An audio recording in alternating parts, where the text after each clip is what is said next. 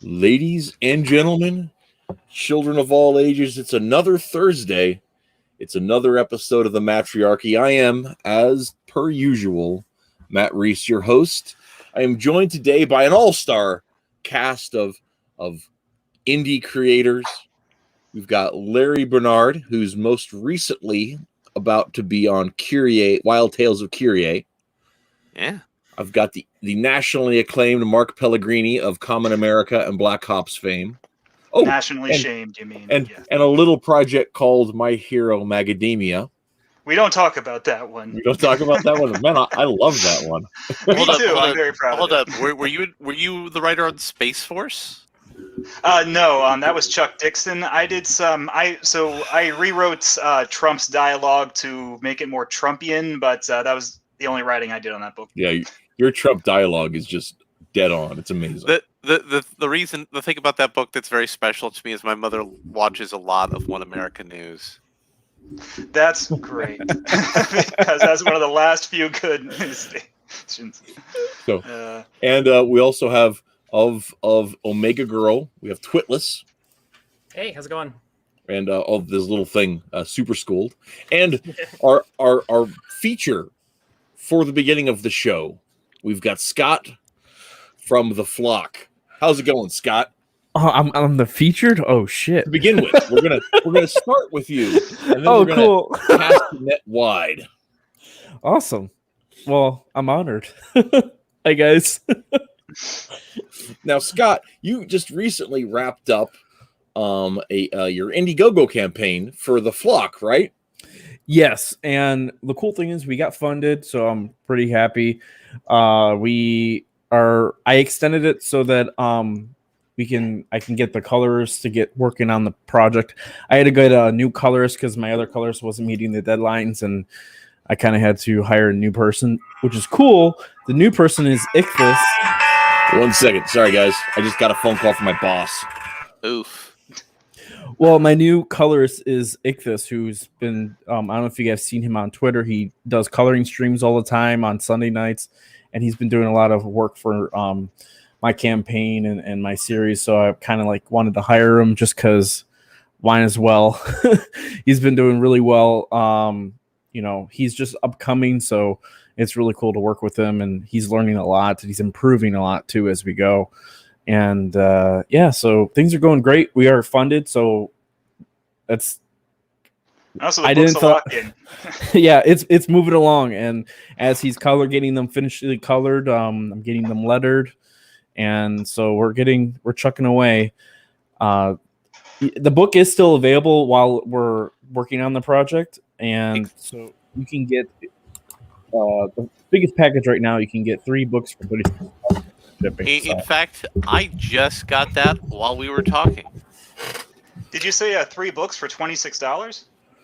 No, 3 books for $36 for free shipping. That's still a really great deal. $36 for 3 books? Dang. $12 a book. Nice. I'm trying to get that down every campaign. So first campaign I think it was around $40, but I'm trying to get it down to a good price point, Oh man, there are people out there who charge $36 for 1 book, so I mean you've got them beaten 3 times over. Well, I try to it's 24 pages, the normal size of a book. That's the average. But I'm trying to, if I'm gonna in the future do a campaign, trying to go up the page count, but keep that price point the right way, Now that's a good strategy. Keep the price point, but keep giving them more, so they always come back. Exactly. So it's funny when you're writing dialogue. Okay, you can write dialogue, but then you're like, how can I extend this book a little bit? Let's use more action scenes. Just let's have more fighting. Action scenes. That's the funny thing is that I thought Bendis would have been the opposite. He'd have been like, how can I extend this? More dialogue scenes. Oh God, no. More pages filled with word balloons. So whenever I'm writing a page, I say, am I being too much like Brian Michael Bendis? Can I reduce the number of words in this by half? I did that today. I was doing we were going through the script, and I kind of did some changes because I'm condensing some of the dialogue. I was like, there's too much here. Let's cut this out just because it's it's very wordy, and if I'm reading a comic and it's very wordy, I kind of get bored. So Tim always gives me a hard time because he has to letter our books. He's the artist and the letterer, and he always gives me a hard time for writing too much dialogue. And every time I do a script, I always trim my dialogue and I slim it back, and it's never quite enough. But I still feel good about myself because even when I overwrite a page, it's not even 1/10 as much as Bendis overwrites a page. So well, also, than that. Like you have to go with the flow of the art as well. Like if I'll write a script for my artist, he'll do the page, and sometimes the art overpowers your dialogue, so you have to adjust for that. Exactly. And I think it sort of depends on like the kind of story too, right? Like Yeah, I just put a script in the can for later that's a whodunit mystery, right? Where the detective like unravels the clues through interviews, right? Yeah. Well, it's a whodunit. It's got to be talking, right? Yeah. So how do you interchange those kind of things? I think I got a good balance on it. I think it's really tight, but it's a lot of talking. I have my problems with Bendis. I feel like he got worse as time went on. You know what I mean? Most do. Yeah. Once he got his name in lights, suddenly like editors were afraid to tell him, dude, you're destroying the art. When you get a 2-page ad that just says Bendis is coming, all of it, that person is not being edited. That person is not being guided. That guy's untouchable, and it shows. Yeah, I would agree. When that first came into my comic book shop, I said, not only is that a promise, it's also a threat. Man. Absolutely. Well, I had the chance to talk with Bob Hall, the former editor at Marvel, a number of years ago. He's a fellow Nebraskan, right? So we ended up sitting down talking about stuff, and he was telling me he was assistant editing at Marvel for a while, and normally he was over in the Avengers circle, right? But they needed somebody to fill in a couple of months, so they brought him over to the House of X, right? And he was working with Claremont when Claremont was kind of getting his feet in the door and was really establishing. People loved him, and so he went to Claremont and he sent the script back to him. He's like, "These are the edits. Here's where I'm cutting it, just to let you know." And Claremont's like, "Everybody's always cutting my words out. My words are brilliant. You don't understand." So he says, "Okay." So he sends it to the letterer and says, "I want you to put everything on the script on the page and then fax it over to Claremont." And it was just a block. You couldn't see anything. It was just all crowded in there. And Claremont gets on the phone and he's like, "Bob, you're right. That's I got to change something." Like here's the thing: when I'm writing my story, in my mind, I'm writing all this dialogue, yada yada yada, and like I said, the art is telling the story too. So like you can take away a lot of wording. What the art tells the reader figures out. They're smart enough to understand what's going on the panel, and so it's like you got to be able to make some cuts in areas where it's like, man, is this a novel or is this a comic? So, like, one of the important tricks is that the more panels you have, the less text you can include, because the text is going to cover the art, but the panels, if you have too many of them, they're going to be smaller, which means that every bit of art in each one of those small panels has to be seen because it's all going to be important. And if you put text over it, it's going to be covering up that important art. So if I have like a page, that I lay out in the script is like 4 panels, then I know that I can have the characters delivering longer exchanges. But if I have a page that I lay out in the script is like 6 or 7 panels, then I've got to thin it out and keep it brisk. So like one of the tricks that I do in my script is that I center my dialogue text. It'll say like "Common America," and then below it'll have like her dialogue for that panel.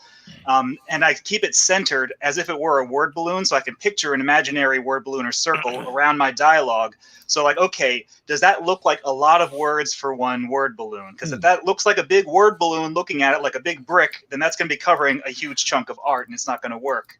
So that helps me thin it out, and it's never enough because when Tim draws the page, and the notes he always gets back to me when he sends me the first PDF proof is like, "Mark, you got to thin this out, you got to trim this." He'll do a preemptive trim for me, and like Scott said, a lot of times the flow, just the way the art is visualized, their expressions or their poses, whatever they're doing, can change the intent of your dialogue. So then you just alter your dialogue to better match the art. That's why you never just like send your script and say like, do not alter the script no matter what happens with the art. That's how you end up with a book, that hasn't been edited and doesn't read well.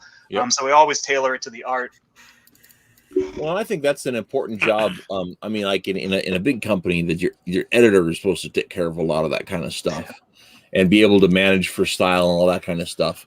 But I know I do most of our lettering.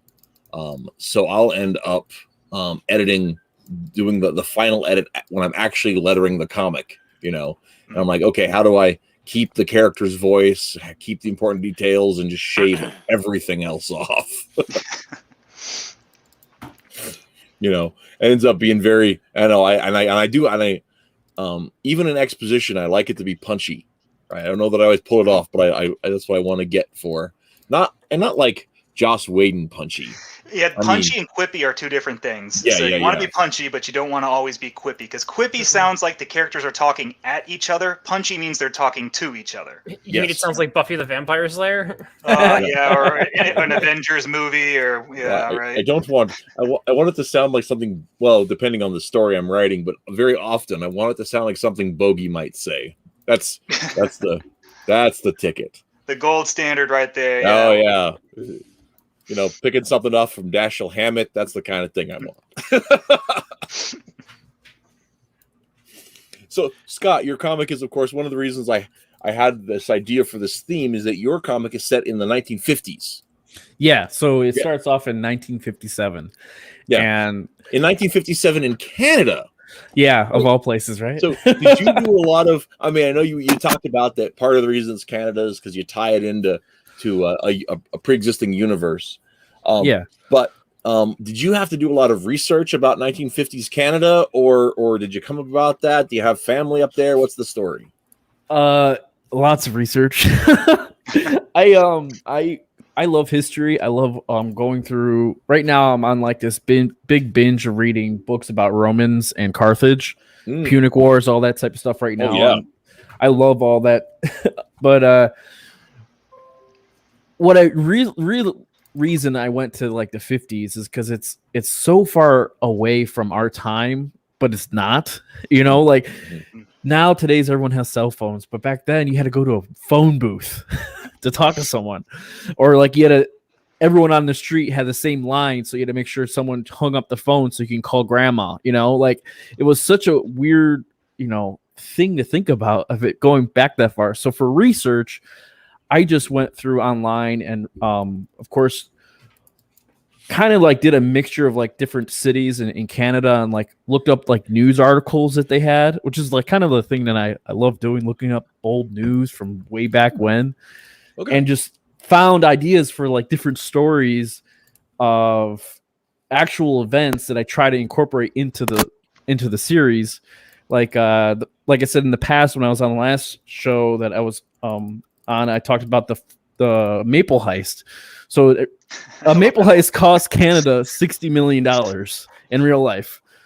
So I incorporated that into the series because that's just a funny story. It's one of those things that's like the truth is stranger than fiction.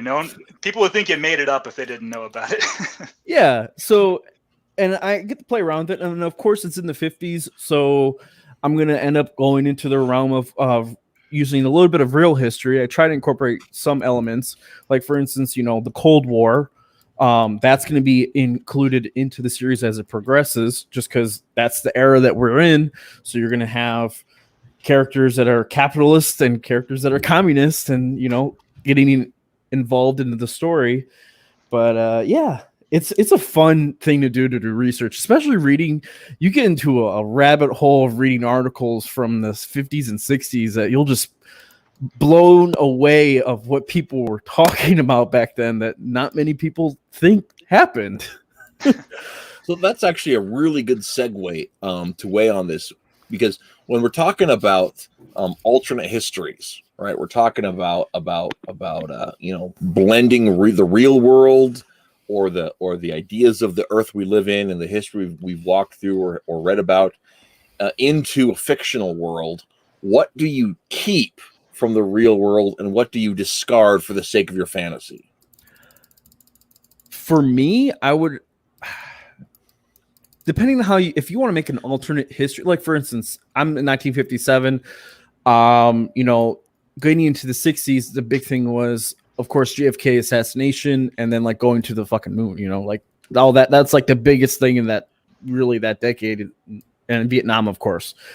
Like I would pick those events and include them in some way, but I wouldn't focus the story on that, I guess. Or if I wanted to, I can do the whole different alternative history and just change everything from the 50s on. So, but it's, I don't know. It's hard to pick out what events you want and what events you don't want, because then you're going to have people criticize you like, hey, why didn't you include this?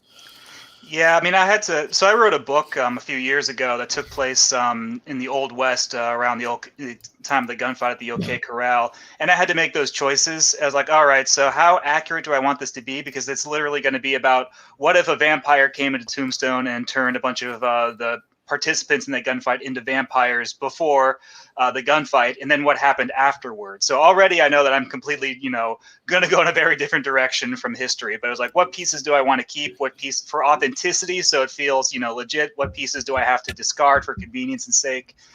So you reimagine parts of it, and I had to get over pretty quick. Like I'm gonna have critics go like, oh, you didn't include Billy Claiborne, the fifth member of the Clanton McCleary gang, who was at the gunfight at the OK Corral. Like, okay, well, I'm going to write a revisionist thing that explains why he wasn't in the gunfight in my version of the story, because I'm already messing with history. And like you said, Scott, doing the research is a lot of fun. It can also, setting period pieces can also be really limiting, but you can also learn a lot to compensate for those limitations. Like, I was constantly, every single time I wanted a character to use a turn of phrase, I had to go to a phrase dictionary online and see if that phrase existed in the 1800s or if it was coined later. And you have to, it's so frustrating because, you want the character to say this thing, and then you find out that, this phrase was coined literally 2 years after the gunfight, and I can't use it. It wasn't popularized until later. But you find out like slang and terminology that they did use back then that can also be really fun. Like they have this word for people with this slur for people with tuberculosis called lunger. And I'm like, I love that word. I'm going to have them say that in my book. It's going to be great. So you get that kind of balance and compensation. Yeah. The one thing too about that, like thinking about Scott's thing, is then there's regional slang, right? So just because you say something that may be common in America doesn't mean somebody in Canada is going to know what the heck it is. Right? Yeah, there's going to be a lot of A's. There's it's the common like phrases in Canada that I have like a whole Word document that I just that makes sense.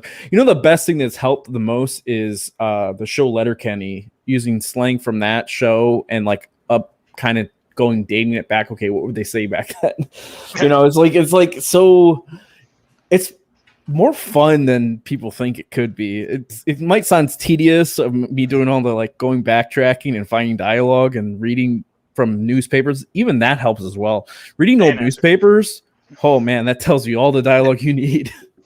Yeah, so it's funny, there's a story that Doug Bradley, the actor who played Pinhead in all the Hellraiser movies, says, is that after the third movie, they started doing all the production in the United States, and Doug Bradley obviously, is British. So he would have to rewrite all of his Pinhead dialogue that was written by Americans because they're constantly using American turns of phrases that Pinhead would never use. And he said at one point in one of the movies, Pinhead says to a victim, like, "You've reached the end of the road." And he's like, "We don't say that in England." So I had to cross that out and come up with something else. So it does kind of make you think about regional things. Do they say that in that part of the country or that part of the world? Or is that just something you say in your part of the country and you just take it for granted? Yeah. Well, and like American English, it's probably true for British English too, but we're super idiomatic, right? Mm-hmm. Like, we use tons of metaphors constantly to talk about stuff. And like, I mean, I've thought about it because I like words, right? But one of in new and different ways, I was working with a Mexican artist on a project last year. And I mean, he was always apologizing for his English in emails. And I'm like, dude, your email English is fine. And then I'd say something and he'd just like, I have no idea what that is. Oh, okay. Here's what this is how we use this expression. There you go. And he's like, oh, okay. That's a weird thing to say. And I'm like, yes, it is. When I was studying Japanese, one of the courses, like the chapters we had, was just Japanese idioms. Because like you're going to hear a Japanese person say something and it's going to sound like the ravings of a lunatic, but it's really just a turn of phrase. You've got to know what it actually means. So they would say something like "guchi ni noboru," which means to climb out of the mouth, and that means to say something stupid, to let something slip. But if someone just says that, like in the middle of a Japanese conversation, you're not proficient at it, you're like, what? To climb out of the what? Yeah, once you know what you're going for, I can see where they come up with that phrase. Yeah, it makes a lot of sense. So, Larry, now the stuff that I've read that you've worked on is older in terms of the history stuff. What is your approach to writing historical fiction? So I came at it from a very different perspective because I'm taking two characters that exist in a film, which most people would be the most familiar with. The actual writing by Kipling's kind of obscure. And taking characters that have been in so many films and movies that, it's ubiquitous, and mashing those two things together, and the connective DNA was stuff that I had a real life connection to. And once I built that skeletal structure, I was able to apply different historical stuff to it. Also, when we were writing that story, I got really into diamond mythology because we were using a diamond as a central plot device. And the history of diamonds, which was really, really fascinating. And I made a real effort to incorporate a lot of that because diamonds have all sorts of magic, pieces of the divine history about them. And that's even filtered down into the eventual late 19th, early 20th century talk of diamonds and gemstones with curses. That's pretty cool. Very cool. Very cool. What's that? I'm sorry to interrupt, but like, what's that one stone that, like, in Full Metal Alchemist? The Philosopher's Stone. Yeah, that's like the one thing I'm thinking of when you said that. So that's pretty cool. Yeah. But I mean, like the Hope Diamond is the one that most Americans are famous with. There's also the Koh-i-Noor Diamond in the United Kingdom. The Clockman Diamond from Garfield and Friends. Yeah. the baseball diamond from Muppets. What is it? Great Muppet Caper. Yeah. Yeah. Diamond. I forgot about that. So Nasser says we should ask Mark about his favorite actor, Jamie Kennedy. I hate Jamie Kennedy. I can't stand that guy. Oh, and David Shanovich says Neil Diamond. That's the important Neil Diamond. discussion of diamonds there. But yeah, and I actually I love that idea of like working in like obscure folklore into stuff. I just think that's so much fun because if the reader picks up on it, that can send them in down a whole rabbit trail in their free time after they finish the story. If they find it connects with them, like oh wait, it's like looking through one of Mark and Tim's books for Easter eggs. Oh yeah, Black Ops is great. We just put all of our cryptids in Black Ops are actual cryptids you can look up online. We're always using those for sources of inspiration. So we hope that people don't assume we made stuff up, that they just go and they look some of those things up. They can find some great reading. Oh, also, Mark, when you were mentioning writing an Old West book, do you ever feel kind of pressured on how the real Old West isn't quite as cinematic and poppy as television Old West is? It's interesting, but in a different way. It is. So, I was writing a horror novel, so that worked to my advantage. Like, no one's glamorous. They're all dirty and ugly and gross and grimy, so that fits. The most difficult parts, I actually enjoyed writing the different towns that they went to because they're on a journey from, like, one little town. I had to look up which ones existed in which states and which areas, and I had to plot their trajectory to see if they could get from one town within the span of time that I needed. And so I enjoyed like reading about what those towns were like what Silver City was like back then, what Tombstone was actually like back then. They went to, in Colorado. I wrote this book like so many years ago. They went to these various places all over the country, and I had a lot of fun like writing and describing them through the lens of like a horror journey. So I tried to narrow down the aspect that was the most appealing to me. The parts I didn't like was that, they're crossing the desert and it's hot. And I have to describe that so many times, and every single time they go on their trip. And eventually, you realize, okay, we can just fast forward through this part because that's boring. It wasn't as limiting as I thought it would be. Actually, I was able to find the angles that I thought would be fun and appealing to me, and basically mined those for as much entertainment as I could. Cool. And that actually is Nasser in the chat mentions here. This is why I make up all of my cities. But I'd like to say I don't think that's necessarily a cop out. One of the things that I do in our Escher's World books, in our For Ideal Comics, all of our cities are fictional, but they're still set in an alternate history that has parallels in the real world.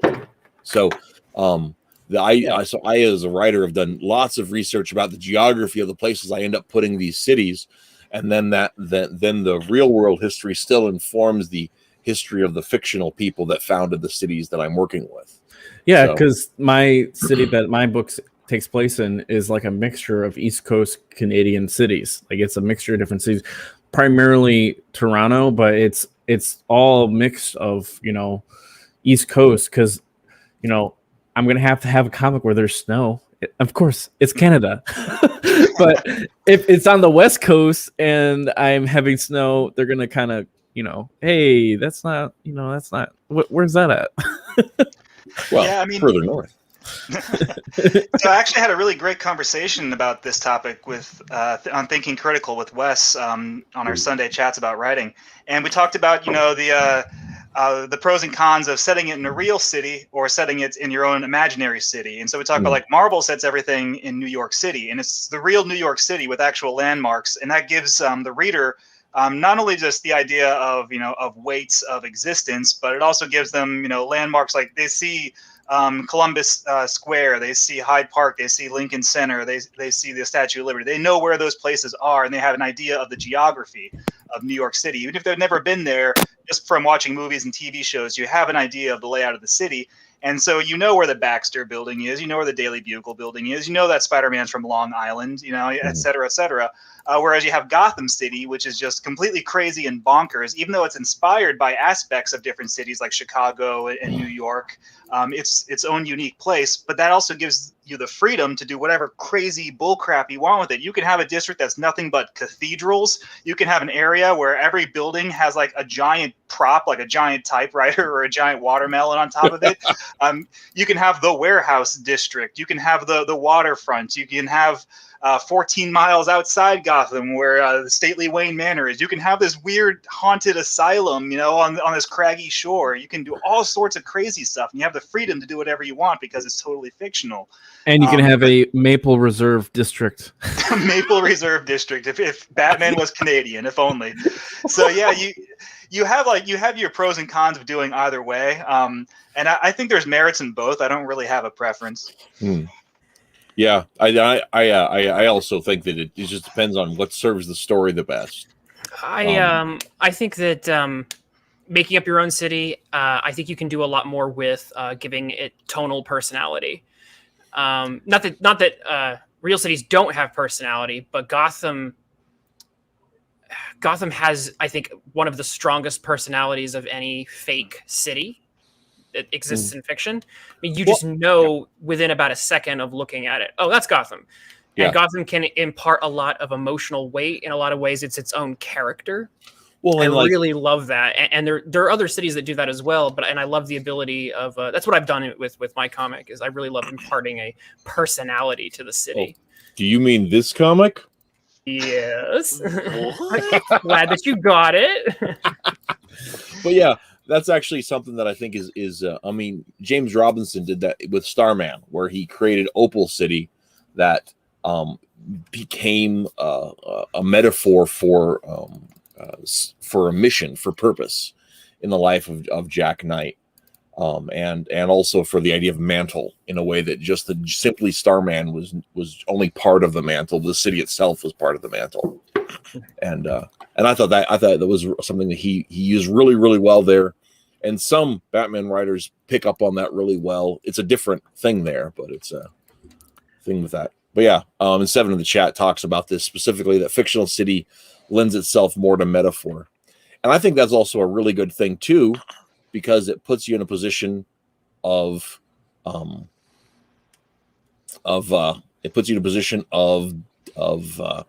being able to play with history in a different way.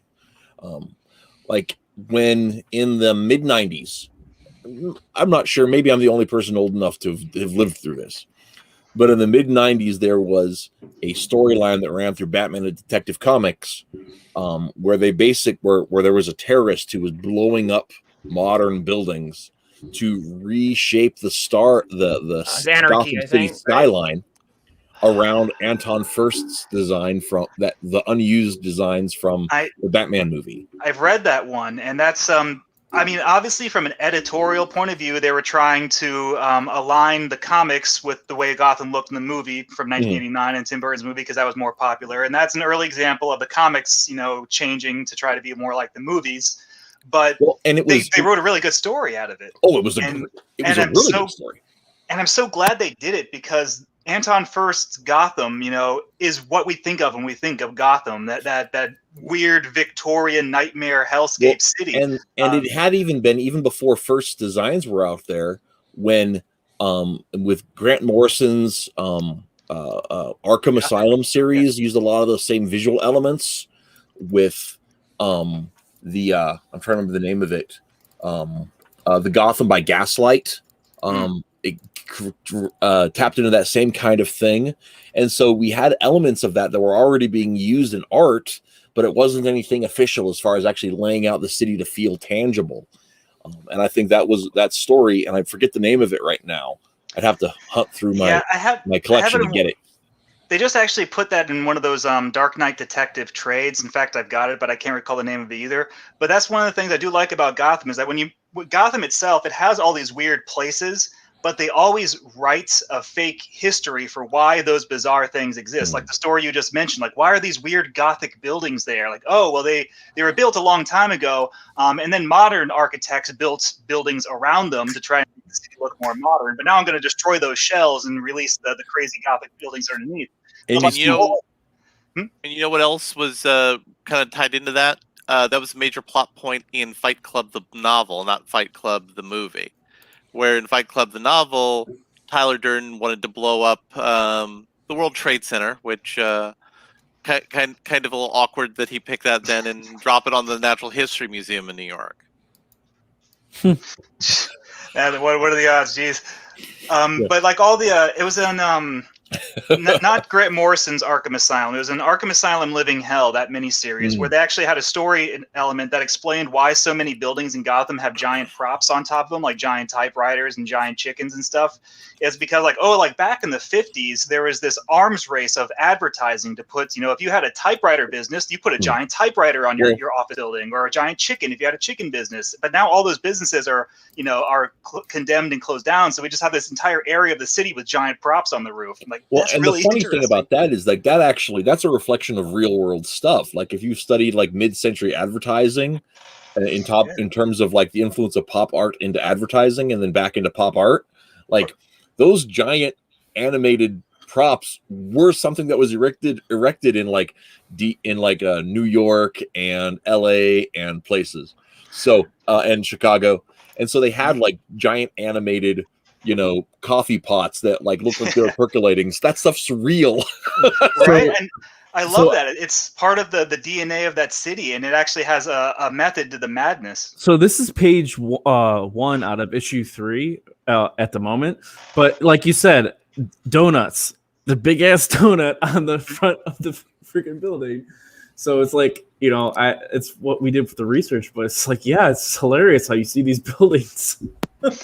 So what's that giant donut in? I guess it's Los Angeles. It was in Iron Man 2 where Tony Stark's sitting in the donut he's eating. It's a famous landmark because it's been there for a long time. But when I was a kid and I was watching The Simpsons in the 90s. There was that Treehouse of Horror special with Lard Lad, the giant donut prop that Homer steals the giant donut from, and then Lard Lad comes to life and attacks Springfield.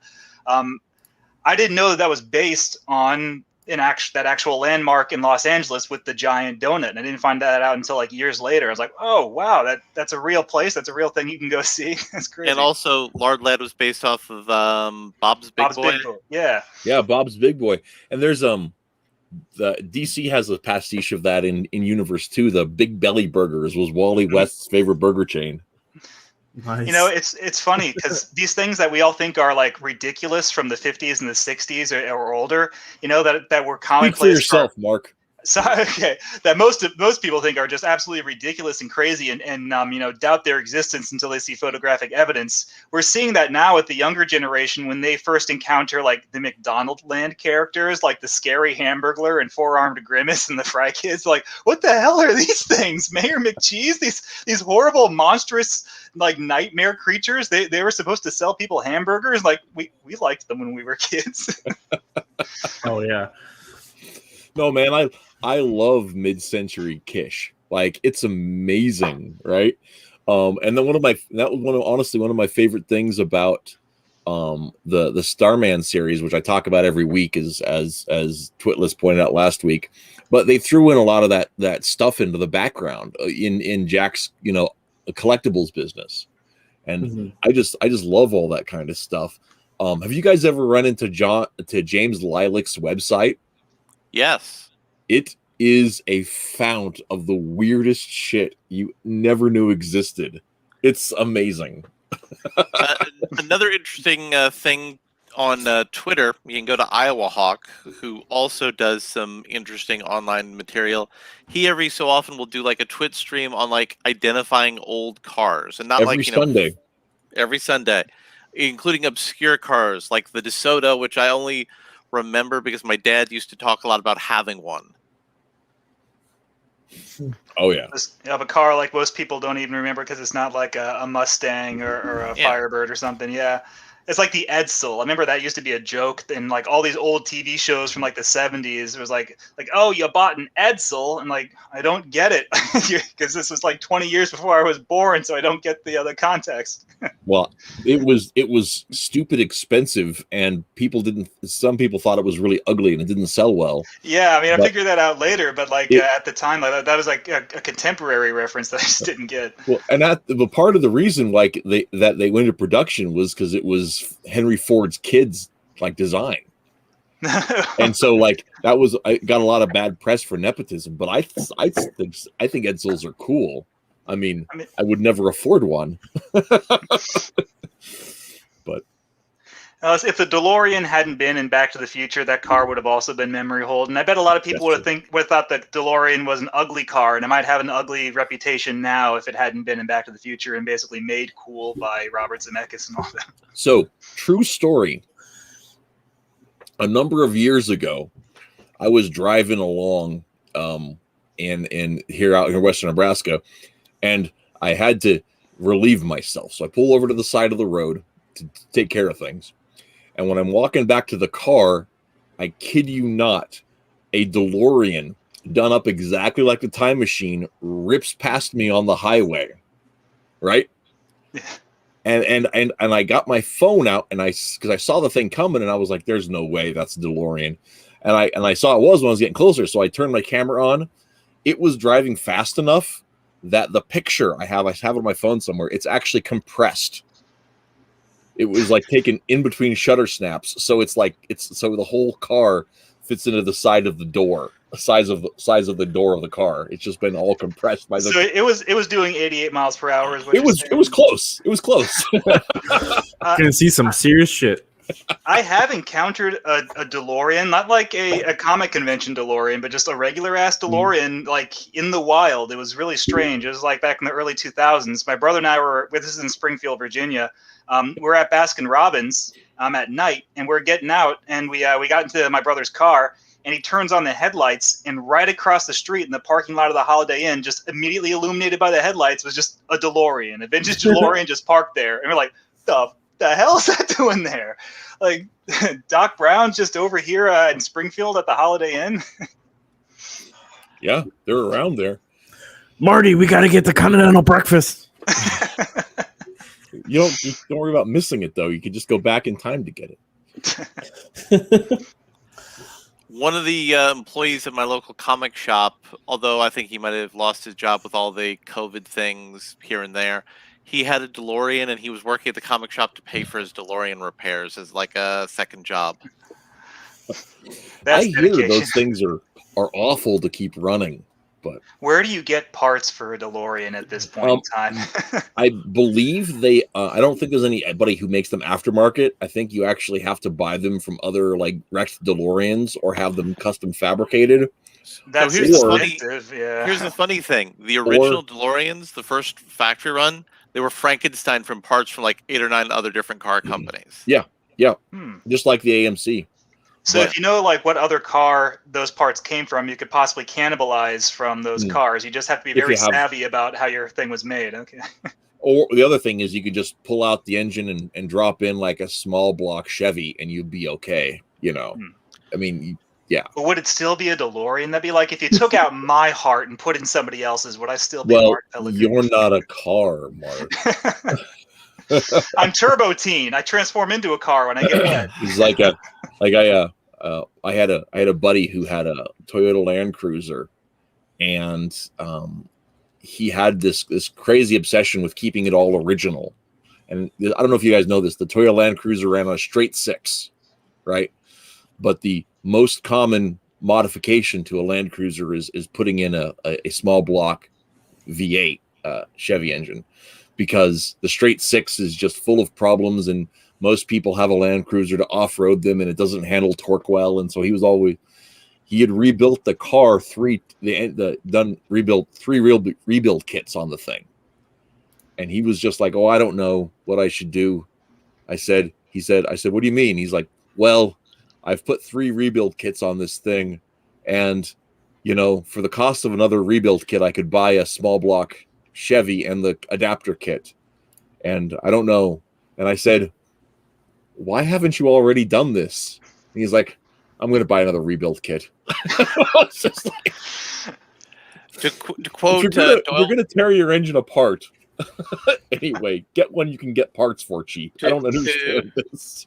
To quote Doyle Brunson, never send good money after bad. Something.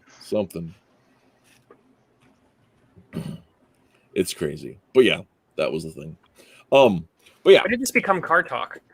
I don't know. I just shut up because I don't know nothing about cars. I got all. I'm not going to backtrack that. Let's go back to talking about the past. Cars are important as a way to establish your setting, your tone, and your themes of your images. If you're doing like Golden Age or Silver Age comics, so that's why we were talking about cars. I remember now because we were talking about James Lilacs' website of weird mid-century nonsense, and then somebody mentioned IowaHawk, and that's how we got off talking about cars. Yes. Boom. Figured it out.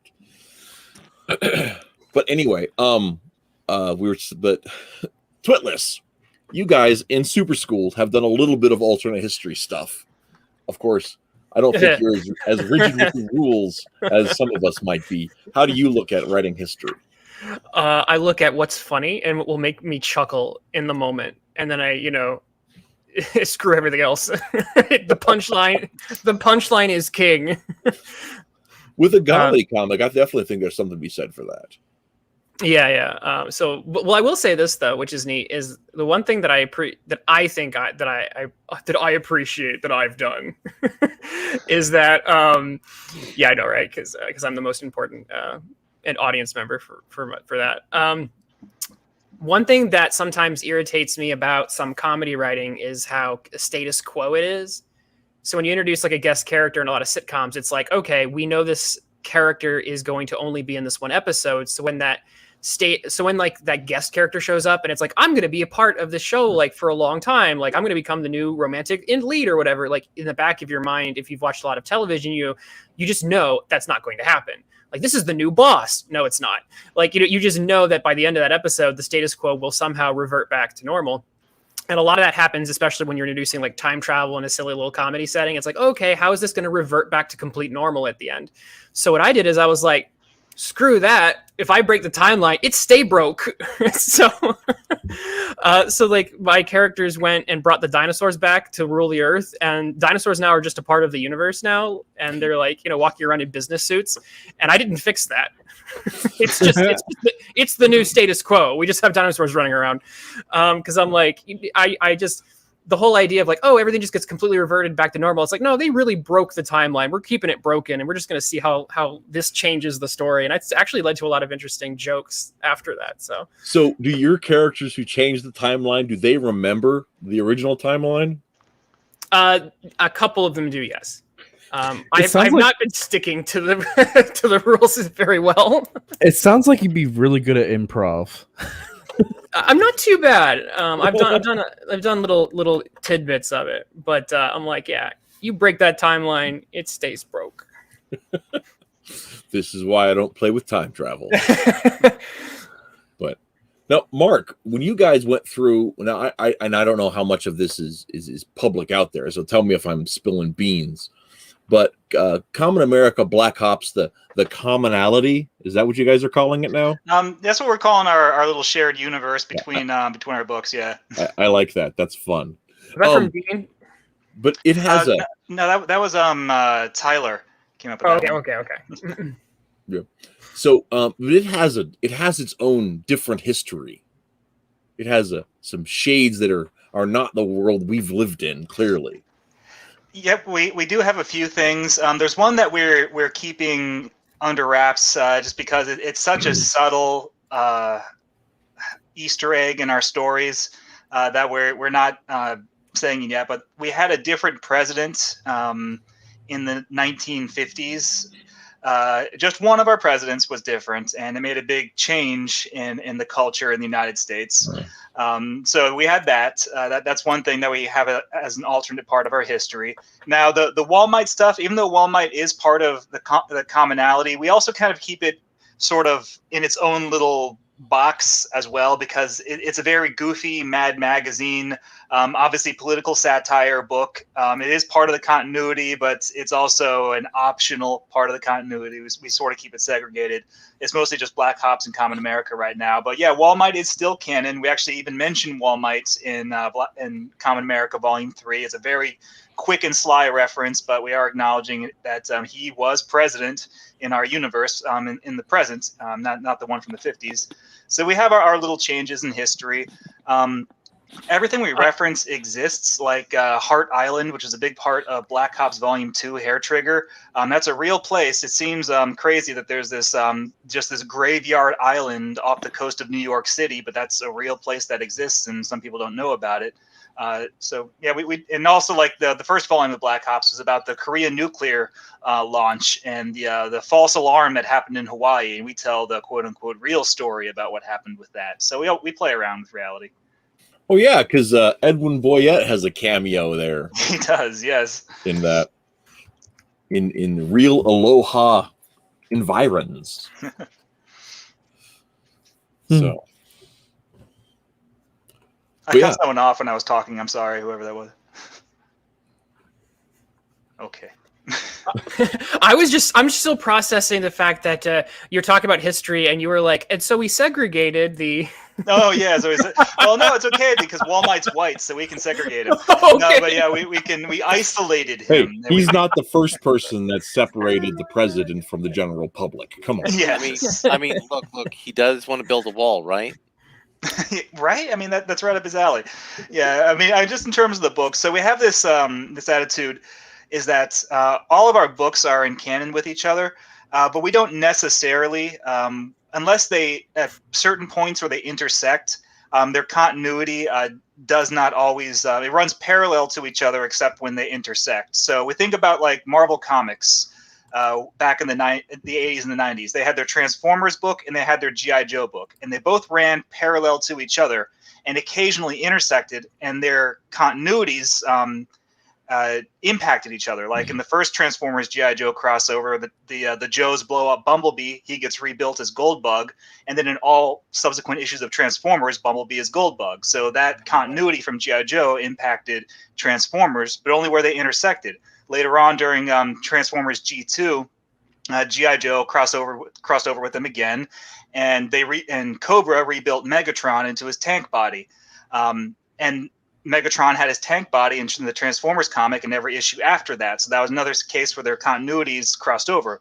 But in the Transformers book after that, and just the Transformers book, the Decepticons blew up San Francisco, just annihilated it off the face of the earth. The G.I. Joe book, that never happened. San Francisco is safe and sound, and it's still there. They have parallel continuities, but the events of one don't impact the other until they intersect. And that's kind of the idea we're going, at least with Walmight. With Black Ops and Common America, they're a bit more closely intertwined, but Walmight, we think of it that way. That Walmight's a parallel continuity that only impacts the books where it intersects.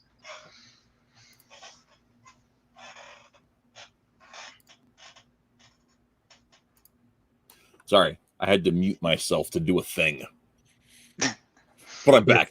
Yeah, I think that's I actually really appreciate the way you've done that, especially because Walmart contains so many I've talked to Tim about this. I can't remember if it's been on show or off the air, but Walmart has so many jokes that are locked in time. Right. Yes, it was meant to be enjoyed in the moment, and in the future. You can go back and look at Walmart and look at it as a piece of nostalgia, as a relic of its time. But unlike Black Ops and Common America, which we write to try and be timeless, to be something that anybody could just pick up and read 10, 15, 20 years from now and enjoy the same way at the same level that they did when it was contemporary, Walmart was very much envisioned to be a enjoy it in the moment kind of book. Yeah, and I think that especially because some of the elements are super fantastic, and like the idea that California is overcome with mind haze, haze and stuff and or the several presidents in the past having the Winfinity states, and Teddy Roosevelt getting into a fist fight with Bigfoot, and we have Lincoln uppercutting John Wilkes Booth off the balcony at the Ford's Theater, like it's the pit from Mortal Kombat, we have stuff like that where it's funny, it's goofy, but that's not necessarily the history that it shares with Black Ops. Are you telling me Calvin Coolidge isn't the coolest president ever? He's not Mr. Freeze. Yeah, that's gonna break my heart, man. Calvin Coolidge is my hero. So Tim didn't have enough room on that splash page for the presidents and all their crazy powers in the past. But one that I wrote in the script that he had to trim for space was Grover Cleveland was supposed to have ninja duplication powers. There's two Grover Clevelands running side by side next to each other. Because he was the only president to serve two non-consecutive terms. So I wanted it to be a joke, but he had to cut that one out for space.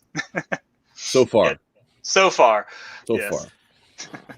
I actually have on the back burner an idea that I've always wanted to do for a story, inspired by Abraham Lincoln, Vampire Hunter, Andrew Jackson, President Werewolf.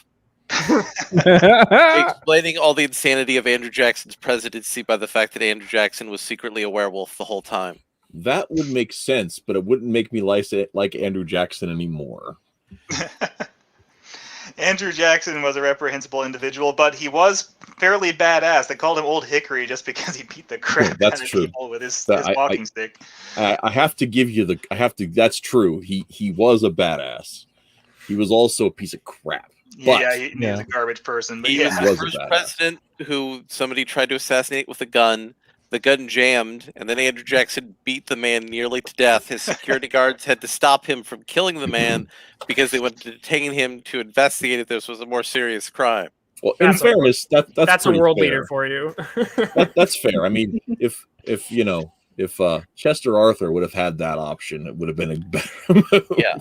And I have positive opinions of Andrew Jackson, although that's unfortunate. He was controversial in some ways, but we'll have to purge you of those off stream. Well, I mean, just imagine if the bullet had missed Ronald Reagan and his reaction was to crack his knuckles and go, "Oh boy, you're in trouble now."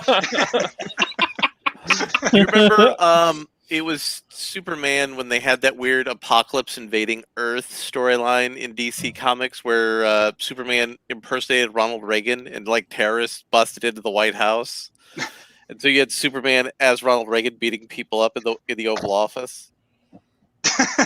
I don't think I've read that one, but now I really want to. Yeah, I want to read that. I thought they were mean to Reagan when he was in office in DC. Well, it depends on the writer. Some of them were mean to Reagan, some of them weren't. The guy, I can't remember if it was Jurgens who was doing the writing. I think he was doing the art. Did the Booster Gold series, where Booster Gold was the one who saved Reagan from being hit. So, in DC canon of the '80s, which isn't canon anymore, but Reagan wasn't shot because Booster Gold was there to stop it from happening. I know they weren't good to Bush. They Oh, were. yeah, no. Yeah. That was during Ultimate Comics, and the best moments were when they were. Yeah, Reagan's kind of an exception because he was so well liked across party lines because at the time he won so many states and so many votes that a lot of left-leaning and Democratic people actually did like him. So he wasn't as beaten up in the mainstream media and entertainment media as other Republican presidents were. So he got trashed a bit, but not nearly as much as we've seen with like W and Trump and all them. Well, and I think that there's part of that has to do with like. Well, Obama got worshipped. It is funny. I mean, if you go back and you watch a lot of like '90s shows, it can be Simpsons, Family Guy, The Critic, SNL. They actually come down really hard on Clinton. It's actually they do, but sometimes I wonder if isn't that sort of like loving. There's like a certain like level of like, oh, we love you, so we're gonna crack down. There is. So Family Guy, what was a bit, theirs was more friendly jabs about what a ladies' man he was, but like there's a joke in The Critic where it's a flashback and Jay Sherman is about to shake hands with the first President Bush. And his President Bush's campaign manager's like, the election's next week, sir. Do you really want to be photographed taking a handshake with a film critic? And Bush is like the election's in the bag. Like, what could possibly go wrong? And then they show the headline of Bush shaking hands with Jay Sherman, and the headline reads, "Bush loses in landslide. Fat, lecherous hillbilly elected." That was not a nice, friendly jab. Wow. and now we know why the Critic was canceled. Cruel but fair. And what still haunts me to this day is the fact that the Critic, King of the Hill, and the Simpsons all exist in the same continuity. It's crazy. I was stringing together. I was stringing together the X-Files shared universe, and that's X-Files, Millennium, The Lone Gunman spinoff, obviously, Homicide: Life on the Streets, The Simpsons, and Eek the Cat. You also forgot all of the Law and Order series are also interconnected because of what's his face's character from Homicide. Oh yeah, that's right. It's Munch from Homicide. Yeah.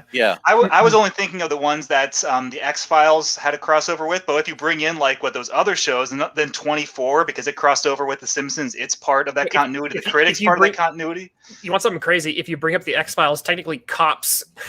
That's right. Cops did have that crossover episode. There was that one crossover with Yeah, so Cops is part of that. Cops also crossed over with My Name Is Earl.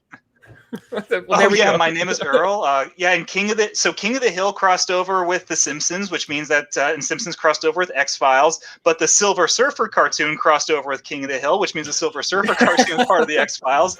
You can just well, and go. You're going to Kevin Bacon it. Wow. Well, I think I just have to. I gotta call the show now. I think my universe is just paled in comparison with anything that's been done by that. So I just how can you so much for that dream. Later, everybody. How do you compete with Eek the Cat? Right. I'm glad there are other people who appreciate Eek the Cat. I found that more people remember Terrible Thunder Lizards than they do Eek the Cat, which, Terrible Thunder Lizards was great, but Eek the Cat was funnier. I love that show. I wish it hadn't gotten memory hold. It deserves better. I don't think I've seen either of those shows. Yeah, me neither. I remember Eek the Cat from commercials on The Tick and Batman the Animated Series, but I never actually watched Eek the Cat.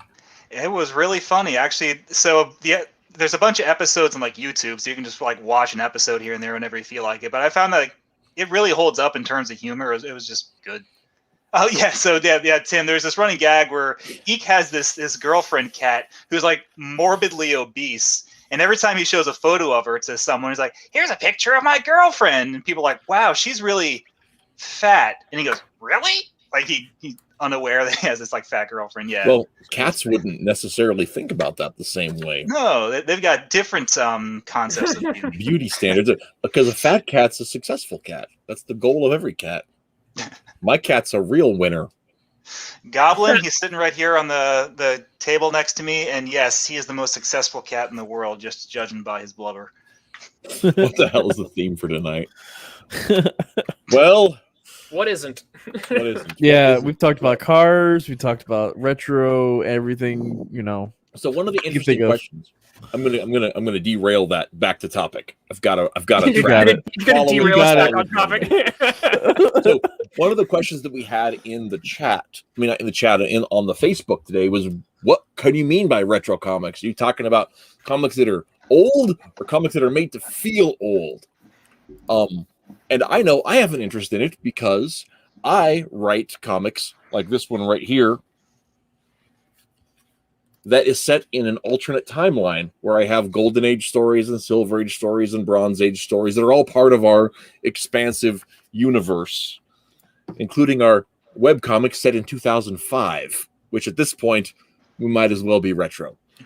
But what do you guys think? How important is it to really have an appreciation for genuine old comics in order to write about these alternate histories that we like so much? Well, How you need old? to go on. Sorry.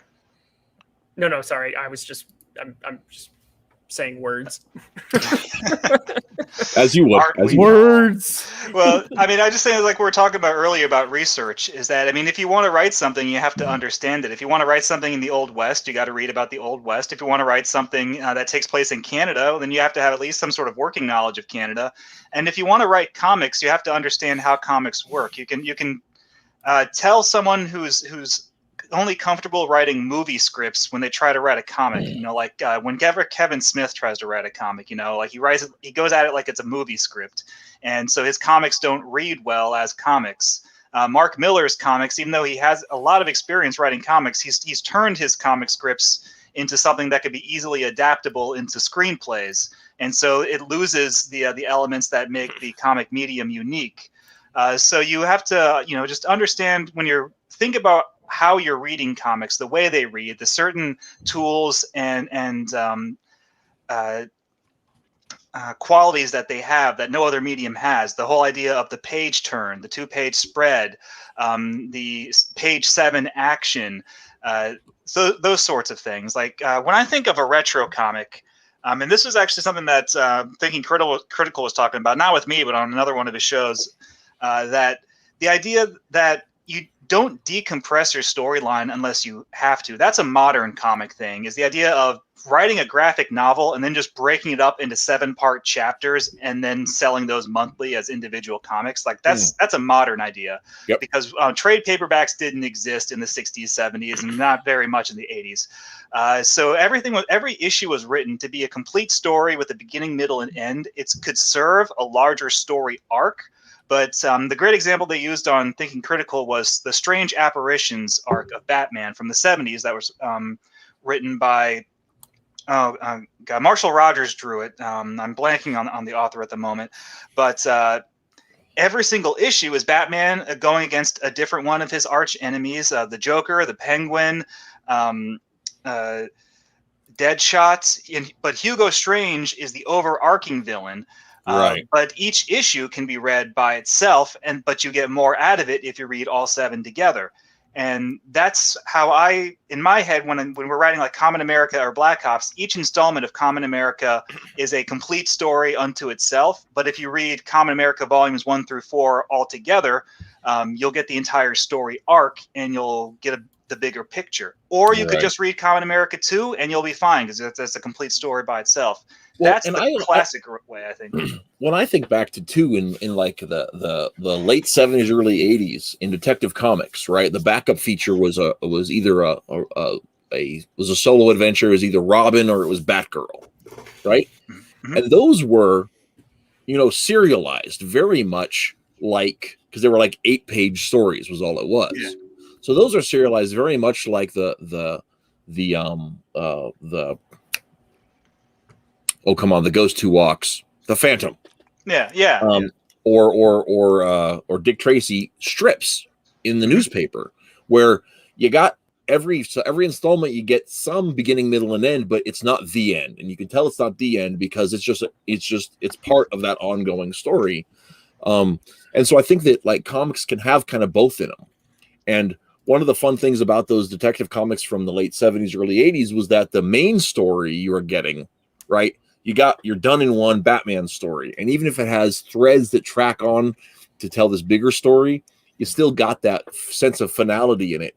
But then you turn that page, 20, and you read your backup story, and it doesn't have the finality. But, you still feel good about the experience because you got to feel the end of one story, and then it leads you on to pick up the next issue of Robin at college, Yeah, well, that's remember in the 90s when they did Nightfall, they had all the different villains fighting Batman, and you can read them all in order or you can read them out of order. It doesn't matter because you're reading the different villains in that, that era, Well, yeah, and I mean the backup serial we actually did that leading up to the book that we're publishing right now, Black Ops X Common America. We had a 4-part backup serial that ran between Black Ops and Common America, which built toward this big crossover. So it was like the prelude. It was done in 4 chapters. It was serialized in Common America 1, Black Ops 3, Common America 2, Common America 3. And then now the next book in sequence is the crossover. So yeah, we did the same thing where each installment of those books is a complete story unto itself, but there's a 3-page backup at the end of them that is part of a serialized narrative. Yep. Yeah. And I love those. Those are so much fun. And also it's the theme of the villain of the week, the monster baddie of the week, where the hero has to fight the villain of the week or whatever. That's kind of how I'm writing when I'm writing The Flock. There's different villains, and each book it resolves at the end. I have it set up to writing that way. So, but I writing it like with the the monster of the week, the baddie of the week. Got to fight him out. Well, so this is actually a pretty good segue to talk about Twitless's book. Oh, awesome.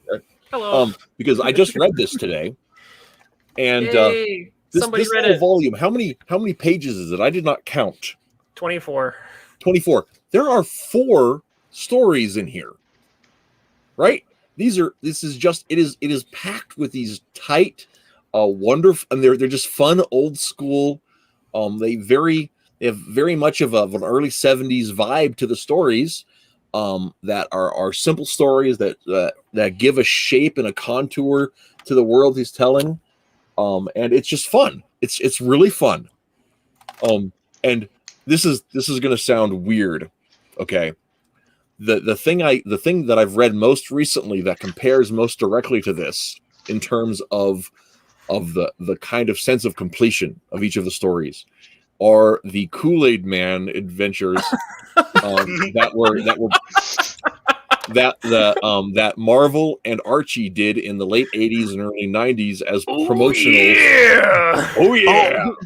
No. I recently found out there were Kool-Aid Man comics, so I've been buying them on eBay, and I have nearly the entire series, except for the super hard to get ones. Or you're not waiting for the hardcover omnibus collection? or like the Radio Shack one too. They're like a Radio Shack Superman. I think there's a Radio Shack Spider-Man book too. Yeah. I haven't read those, but I did find I was sitting in a hospital waiting room one point, and I did find a Radio Shack comic that was an adventure comic that was also an informational about the history of CB radios. I want to know how many issues Marvel published of Combo Man and see if I can't collect all those. Oh, I didn't even know that was a thing. Hey, I don't think Combo Man was multi-issues, but what's another great one that was multi-issues was Super Pro. Oh, yes. NFL Super Pro. Yeah. Super Pro ran like 3 years. There's like 30 something issues in that. And it's weird that we never got so when Marvel was about to lose their licensing rights to all those licensed comics from the 70s and 80s, but when that was about to expire, they started okay, we're going to put out a bunch of essential collections or trade paperbacks before this expires. That's when they put out Essential Godzilla, was right before the rights lapsed back to Toho. They put Transformers and G.I. Joe back out in volumes just to try and make some money off that license before the rights went reverted back to the parent company. But they didn't do that for NFL Super Pro. So that's lost to the sands of time. It's like a Shogun Warriors. They never did a collection of those, and now you can't find Shogun Warriors anywhere. But Super Pro was almost like a Golden Age comic. Like the the setup for how the character got his powers, the villain. It felt very much like Golden Age, or very much like, the old movie serials. Yeah. Well, that's actually, and that's one of the things about Omega Girl that I like a lot, is that it has like in each of the stories there's a distinct each of the villains in Omega Girl that Twitless has dealt with so far are all part of one big criminal organization, like Cobra or Claw from the Inspector Gadget, right? Yeah, Where there's one organization that has all of these agents. But each of the agents has a distinctly different tangible feel to them. So the way that the way that Omega Girl defeats the villain in each episode seems very different, because they all have their own set of obstacles, which was not like the Kool-Aid Man, because the Kool-Aid Man, they're all kind of the same thing. Well, I'm glad I won up the Kool-Aid Man then. I did one up Kool-Aid Man in that. But how's he gonna beat the Thirsties this time? Well, and there's only the Thirsties in the Marvel books. In the Archie comics, it's Scorch, the heat themed villain. Oh my god! So that made me have a flashback. So he calls his site Dinosaur Dracula now, but back in like 2001, he called it X Entertainment, and he reviewed a bunch of those Archie Kool-Aid Man comics. And yeah, that Scorch, the flame guy, catchphrase was "Roast my toast." Roast my toast. Jeez. Yeah, God, that's all coming back to me now. Thanks, Matt. It's crazy. I will point out Dan DeCarlo does some top-notch Kool-Aid Man art, though. If you're into Kool-Aid, it's like Dan DeCarlo. Dan DeCarlo of Archie fame did the art on the Marvel and the DC version. Although I think issue 1 is a John Romita cover, an uncredited John Romita cover. But Dan DeCarlo did all the rest of the art. They got all this A-list talent to do the Kool-Aid Man book. Oh yeah, it's great. I love it. So Tim says he's introducing Alpha Male in Common 5 for the inevitable Omega Girl team up. Oh jeez. I can't even explain to you how perfect that is, Tim. If you haven't gone out and bought Omega Girl, you absolutely should, because that's a match made in heaven. I'm telling you right now. I just have this feeling that Alpha Male isn't going to sell as many copies as Omega Girl. On principle, that's not what the audience wants. Well, it depends. Like, is Alpha Male like the actual gym bro? So, like, he's big and buff and strong, but he's also super nice and kind and helpful.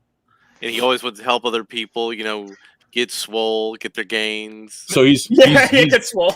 He's basically the Chad meme come to life. I like it. Mm-hmm. Exactly. The only thing I don't like about that is it competes with my own Chad, the Tinker comic. That's right. Because you have a Chad. Yeah. His name, actually, we named Chad. We in our comics we have a character Chad, and he begins Forces of Good and Evil as a kid who wants to become a supervillain, and he gets put into hero school, and things go crazy from there. But we named it. We had this idea of him as making joke of the alpha male archetype, but that was before, like the Chad meme existed. That we named him back in 2003. So. And you don't even tell us about your character named Wojak that you can't use anymore. Like, oh, they stole that from us, man. No, it's totally unrelated. It's just one of those things, Excuse me, sir. Also, are you Benjamin Franklin? Yes, I am, and I'm also hot and thirsty. Yes, but Benjamin Franklin would go get a beer to solve that problem. That's true. Yeah, and then he'd basically do some infidel shit behind his wife's back. Well, yes. Lots of French women. Lots of French women. Wojak Worseman is my I am also hot and thirsty. Oh, jeez. It's classic. There is something so... You want to know about this? There is something simultaneously pure and absolutely corrupt about that image. with the Benjamin Franklin thing. Like, it's so pure in its marketing, and it's absolutely corrupt. Absolutely, in the fact that, your founding fathers want you to drink Kool-Aid. You wonder if other countries do this with their historical figures. Does Japan like have I don't know, one of their historical, like one of their emperors from like pre-Hirohito, one of their emperors doing that. Do you not know about the Koizumi manga? No. Tell us. So there was a very popular Japanese prime minister who was popular because he had really, really nice hair called Koizumi. So they did a manga that was kind of like Yu-Gi-Oh! And all that, but it was with mahjong.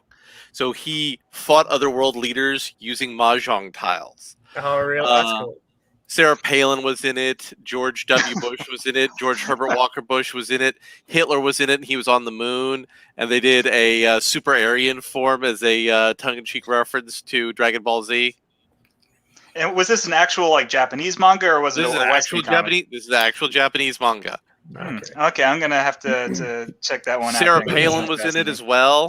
The female prime minister of the Ukraine, who got really popular for a while because of a picture of her on a motorcycle, whose name is completely escaping me, was also featured in there.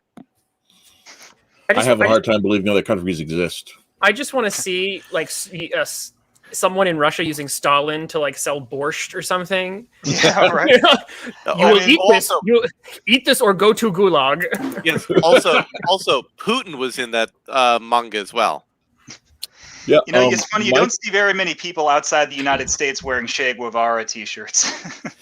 Well, that makes sense. I thought Nobunaga was kind of like a mixed. Like, he's definitely respected, but I know he gets stylized as like the Demon King a lot. Yeah, that's actually a good point. So yeah, Nobunaga, who was in like Ninja Turtles 3, but he is in a lot of Japanese manga. And I completely overlooked one of my favorite franchises, Lupin the Third, which has a bunch of characters in it who are like descendants of actual historical figures, like Inspector Zenigata and Ishikawa Goemon, and they have a whole bunch of other guest characters who are based on actual historical Japanese figures. So yeah, they do it too. And they pull in European figures like Cagliostro. Yeah. That movie was on Netflix recently. Excellent movie. Mm-hmm.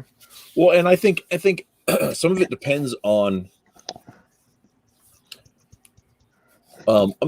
American history. Like, since we were founded creedally, where we don't have the same kind of like native folklore, and I think our superhero comics kind of became a native folklore. I think that's why superheroes have been so popular. And even I think they're a natural extension of the tall tale and the folk hero like archetypes, right? But but before mass culture, a lot of our founding fathers were like the equivalent of folk heroes, right? So, right, in England, Britain, King Arthur was sort of a big deal, but like he was also, semi-mythical, more mythical than not, more fictional than not, perhaps. But, we have George Washington, and it hasn't been that long. So I think some of it, like, our, I don't want to say deification necessarily, because I don't think it's quite to that extent. But the fact that we have given, star cred to people like Ben Franklin, to people like Abraham Lincoln, I think has more to do with our newness as a nation than not. Yeah, I mean, like Davy Crockett, that guy was already a tall tale before he even, died at the Alamo. It was like, oh, I heard he wrestled a bear when he was only 3 years old. I'm like, oh, wow, really? Like, I mean, how are you going to fact check that? If you're living up in Connecticut, how are you going to fact check that Davy Crockett wrestled a bear? You don't know. You just got their word for it. Yeah, it's all because how did you get news back then? It was all word of mouth. It was all, this person said this person. The story starts with a small fish, and then by the time you get to the end of the story, you get like a fish that's like 3 times the size. Well, and I mean, and like Mike Fink, a lot of the tall tales about Mike Fink. Mm-hmm. Well, Mike Fink was a real dude, right? I mean, like there are historical records about actually Mike Fink and his son Mike Fink. You can actually find them in history, but there's also tons of fake stories that are mixed in there. But there was definitely a real Mike Fink who actually was part of. I'm going to forget the what became the American Fur Company. So I live in Scottsbluff, Nebraska, It's named after a dude named Hiram Scott, who was a frontier accountant for the American Fur Company, and so like Jim Bridger and was a part of the company, and Mike the second Mike Fink was a part of the company, and all these people that have become like fictional folk heroes. A lot of them were real people that lived at a moment in time in the 1820s. So. But if you want to circle around to a more contemporary folk hero, Audie Murphy, doing the Audie Murphy story, made them cut elements out of the movie because he didn't think anyone would believe the actual events that he lived through. It's like the Great Maple Heist. No one's gonna believe that happened. Yeah, but if you put a dude in a rocket pack in it, everybody believes it. Oh, it happened, man. It happened. Did anybody, or you could make up your own like lore, like the guy who did. Has everyone seen the Jean-Claude Van Damme? I think it's Bloodsport. Yes. And the martial artist who claimed he went to the Kumite, and like they're like, oh, based on a true story, and the guy just made the whole thing up. So you can look it up. He was all BS, but he was like, yeah, I went to this like secret like Mortal Kombat, and they based like the movie on that, and so he just like mythologized himself. And Jean-Claude Van Damme played him in the movie. Or it's like John Smith, his entire autobiography, where the whole Pocahontas thing came from. Like it is all bullcrap. Like every single little bit of it. Like the human beings he mentions in the book existed, but his relationships with them, everything that happened with them, all of that was fake. It was just this, like egotistical, self-aggrandizing, fictional story about himself. But hey, how many Disney made a freaking movie out of it? And like, oh yeah, no, it's based on a true story. Yeah. Well, they made him like Ken from like Barbie. And in real life, he was this like orange, flaming haired, redheaded. Like, yeah, it's like short redhead. And that's kind of the exact opposite thing that happened with Columbus, right? Nobody remembers what actually happened to Columbus. Everybody remembers like the letters that got sent back that were proven false in court about it. That's like everybody like the popular narrative about Columbus and how he treated the natives was all taken from a letter that was sent to the Spanish king that ended up with Columbus getting arrested and brought before trial, and he defended himself in court and he was cleared of all charges. And the king's nephew, who had ousted him, they left as governor because it was too much trouble to send Columbus back across the ocean again. So they just gave him a cash settlement and told him to go back to Italy. Well, it's funny because Edgar Allan Poe, we all think of him historically as being this like depressed, sad, like withered little man who hated himself and hated all of his writing and is just like, oh, sad and morose and everything. But most of what people think they understand about Edgar Allan Poe came from the writings of a literary critic who hated his guts. Mm-hmm. So it's kind of accepted that Edgar Allan Poe being like a crippled alcoholic, being like a crippled with depression and anxiety, being like shut in, and basically everything we understand about Edgar Allan Poe was just this one guy's fan fiction who hated his guts and just wrote these really nasty things about him. He did have his issues though. Well, he did, but not to the extent that we think. Well, no, and I mean it was a lot of it was at the end of his life after his wife had died and everything else. Yeah. I mean there was his cousin. Well, his cousin. It was a different time. He still suffered the horrible loss of his life partner. Come on. No, that's no. Yeah, I mean. No, anyway. when you read some of his because he invented. It's a little more involved than that, Tim. Yeah. You definitely get a different picture of him when you can see that he wasn't just into the darkness, that he was a very intellectual kind of person. Like when you read some of his he invented the detective story. He invented it so hard that when the other guy who took up Doyle, who then took that up, Doyle had to basically take down Poe almost in a literary way, but it was like cutting his teeth. Like he had to prove himself against Dupin because of how basically Poe set the bar. This is what a detective story is, and this is what a detective is. And this is what he does. And so Holmes basically had to be like, no, I am actually better than that. In order to actually take up the torch and carry it on. Arthur Conan Doyle was a really great writer, a fantastic progenitor of the detective story, Sherlock Holmes, all that. But he also believed in fairies. So like he really, really believed that fairies and the fair folk existed. Well, he was a little crazy. He totally was, and I think a chunk of that was it was sad because some of that was driven by his grief.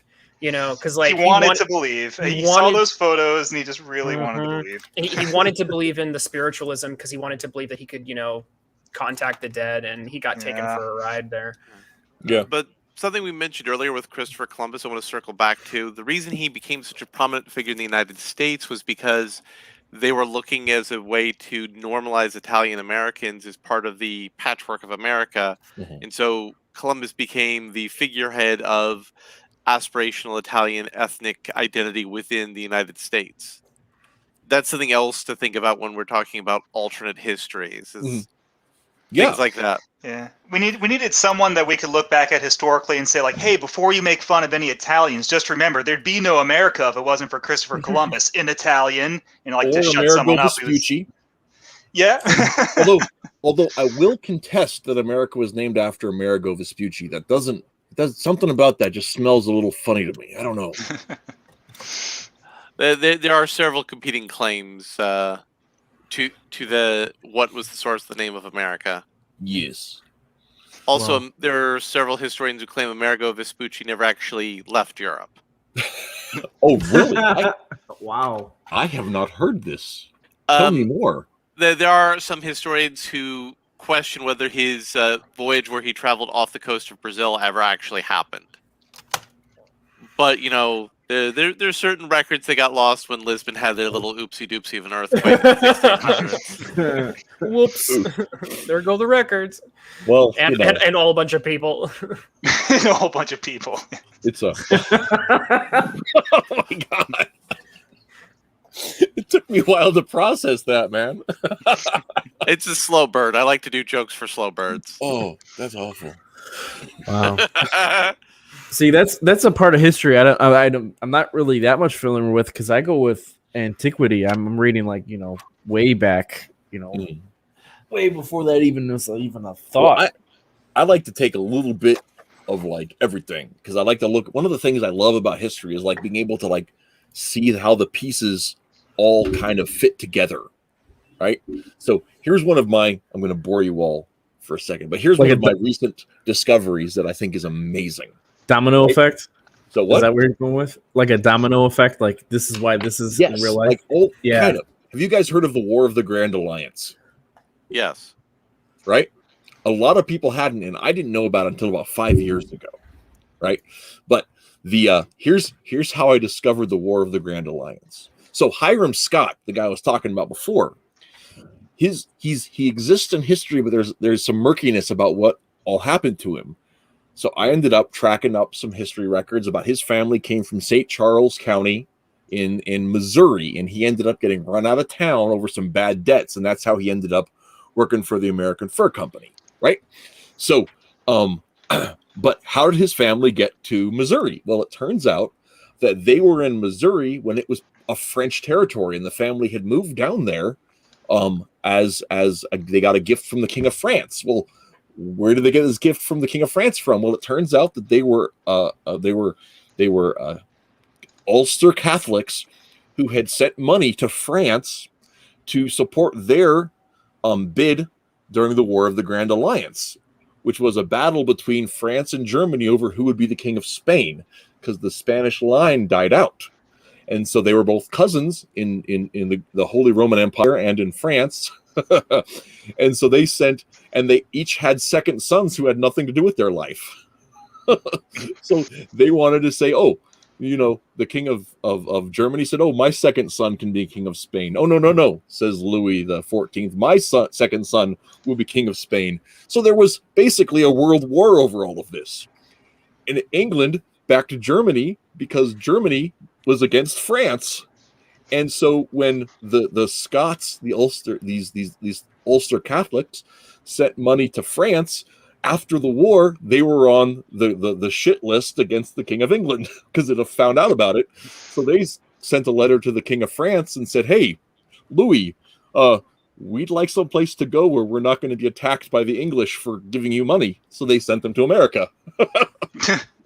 Well, here's the crazy thing. While all of this was going on, and that actually what ended up starting the French and Indian Wars, was the battle between the English and the French in Europe bled over to the New World. And that was all part of that. But additionally, while that was going on, Vlad Tepes was fighting the Muslims in the east of Europe, because nobody was paying attention to the Muslim incursion into the east of Europe, because they were fighting over who would be the king of Spain in the west of Europe. They just happened to overlook Count Dracula. Yeah, we all made that mistake. So all of that was happening at the same time. And so I was just like, like the Crusades basically stopped when the Muslims stopped being involved with those in the west of Europe. But it never really stopped in the east until the Barbary Wars, where America just scrubbed the naval powers which were financing all the northern incursions into Eastern Europe. And so until the 1800s, that was still going on in the East. So, I mean, that's 200 years later than all this stuff is going on, but that's still, or 150 years later, but it's still a factor. It still played into all of that. And so when I kind of saw how when I see how those teeth just kind of line up together, it's like, man, we live in one world. Well, it's funny because when you're taught history in school, it's always through like a tunnel vision. Okay, so we just finished learning about the Korean War.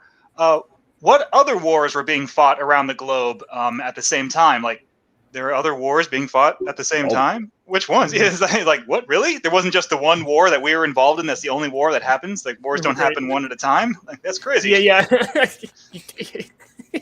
We all have to wait in line to take our Get in line for your turn. There was also the fact that the British and French convinced the Israelis to get into a war to try to bait America to get into a war, and Dwight Eisenhower said, "What are you, nuts?" And that was the Suez Crisis in the 50s. Yeah. Well, and then of course, then America got involved. I think it was after that, got involved with Britain over Iran, Iran, and that was a mess too. It was a softer mess, but it was still a mess. But what was interesting was that was a democratic removal of the Shah, who we put in power during World War II, because his father, the first Shah Pahlavi, was soft on Hitler, and he had oil, so we couldn't have that. Yep. But that's a whole thing. But that's not about comics. No, it's not. No, it is though. It is though, because a bunch of American hostages were smuggled out by Canadian using Jack Kirby artwork to say it was for a movie. Fair point. Also, the one of the best comic memoirs I've ever read, Persepolis, deals with that issue. Persepolis 1 or 2? The first. I've not read the second. I don't have any interest in it. Yeah, I watched the movie first. So I have a question here. Has anybody actually read the alternate history novels? The major alternate history novels? I mean, I haven't. My sister-in-law really likes reading the alternate history Civil War novels. Like, what if the South had won? She loves reading those novels. The Harry Turtledove novels? I mean, I guess I haven't read any of them. My sister-in-law loves those things. I have the Turtledove books. Yeah, I've read those. Those are pretty good. My personal favorite is what's called the Emberverse, also called the Island of the Sea of Time series. Is what if Nantucket from 1990s was dropped into the year of the Trojan War? Like where Nantucket Island was, it just like switched places, and there was everybody on Nantucket was there, and there was a Coast Guard cutter. That was the extent of their technology. And a guy who is a junior officer on the Coast Guard cutter becomes a supervillain because he decides, you know what? I'm just going to use my knowledge to become a warlord king in Europe. And he eventually becomes High King of Mycenae at one point in the series. Wow. That's pretty cool. I've read also a book as well. There's this one where the alternate history where Europe at one time was going to dam the Mediterranean to get more land, and it's kind of like a post-apocalyptic story where like they do it and then it ends up being really bad. Screws up their entire economy. And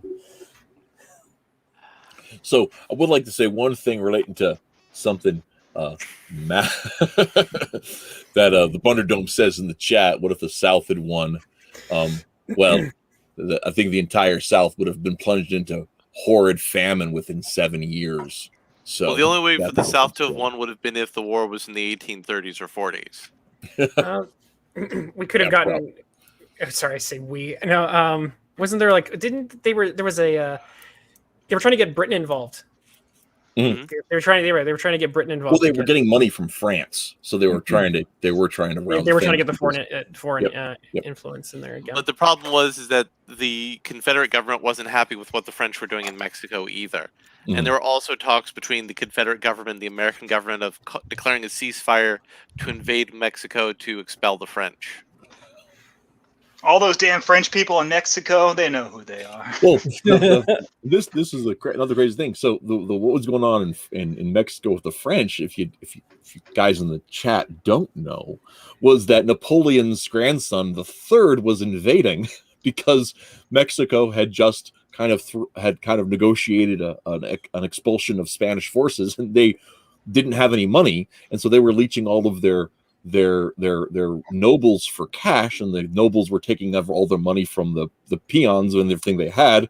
And so the idea that Napoleon III thought, well, everybody hates the Mexican government, surely it'll be easy to go in there and wreak havoc. And well, it didn't work out that well. And they installed an Austrian nobleman, and there's a conspiracy theory that he was actually Napoleon II. Really? Yes. And that Napoleon II didn't really die, but his death was faked because he would have been the most hunted man in Europe. So the Austrians adopted him into the family, and he became Maximilian. Oh my goodness, that's hilarious. My favorite alternate history situation is Man in the Iron Mask. I love the fact that thing is pretty much still a friggin' mystery. And it's just like, yeah, we got a guy in an iron mask. No, I'm not going to tell you what it is. It's going to be lost to history. Have fun with that, nerds. You know, like, have fun theorizing that forever. Well, isn't Man in the Iron Mask a sequel to Three Musketeers? Yeah. Three Musketeers? But he was a real guy. Right. Yeah, and there's all these theories about like, oh my gosh, why would you do this? Why would you put a guy in an iron mask for like, you know, his life? And it's like, nope, we don't know. Yeah, because it's because of like there's the Three Musketeers, and then 20 years later, and then the Man in the Iron Mask, right? I think so, something like that. Yeah. But it gets kind of sad because the Fellowship basically gets broken and things it would have to eventually. People just die. That's what happened. I love mysteries like that, and then obviously there's Jack the Ripper. Because I just finished or last semester I read Alan Moore's From Hell, and all the theory crafting that goes into who the hell that guy was. So there's a lot of great stuff you can do with history's mysteries, because you can basically perfect place to. Sorry. It's such fertile ground for storytelling when you can just be like, because we don't have an answer, you can basically say whatever you want and you could be right. No one can say you're wrong. True. But bringing up Jack the Ripper is an interesting question in this whole idea of the alternate history, because like that's a well people go to a lot, right? Mm-hmm. What do you guys think it takes for a common historical mystery to be overused? Well, the funny part is that they don't overuse the interesting parts. Is that there was a rumor that Jack the Ripper came to the United States. He changed what he used to cut people with, and he became a serial killer in New York and then later in New Orleans. That's basically the plot of Gotham by Gaslight, in a sense. Right. That he comes to the States. Yeah. Isn't he H.H. Holmes? Isn't that a theory too? H.H. Holmes. That actually really badass if it was, because like he upped his game if he became H.H. Holmes. Yeah, He's like, I'm tired of having to go out to the streets to kill people. I'm just going to make a murder hotel so they come to me. He's thinking smarter, not harder. But I was unaware of H.H. Holmes until last year. I don't know how, because I love that kind of stuff, but somehow I didn't know about it. But my mom, believe it or not, lent me an audiobook called Devil in the White City, right? And it is about the story of H.H. Holmes and about the World's Columbian Exhibition, right?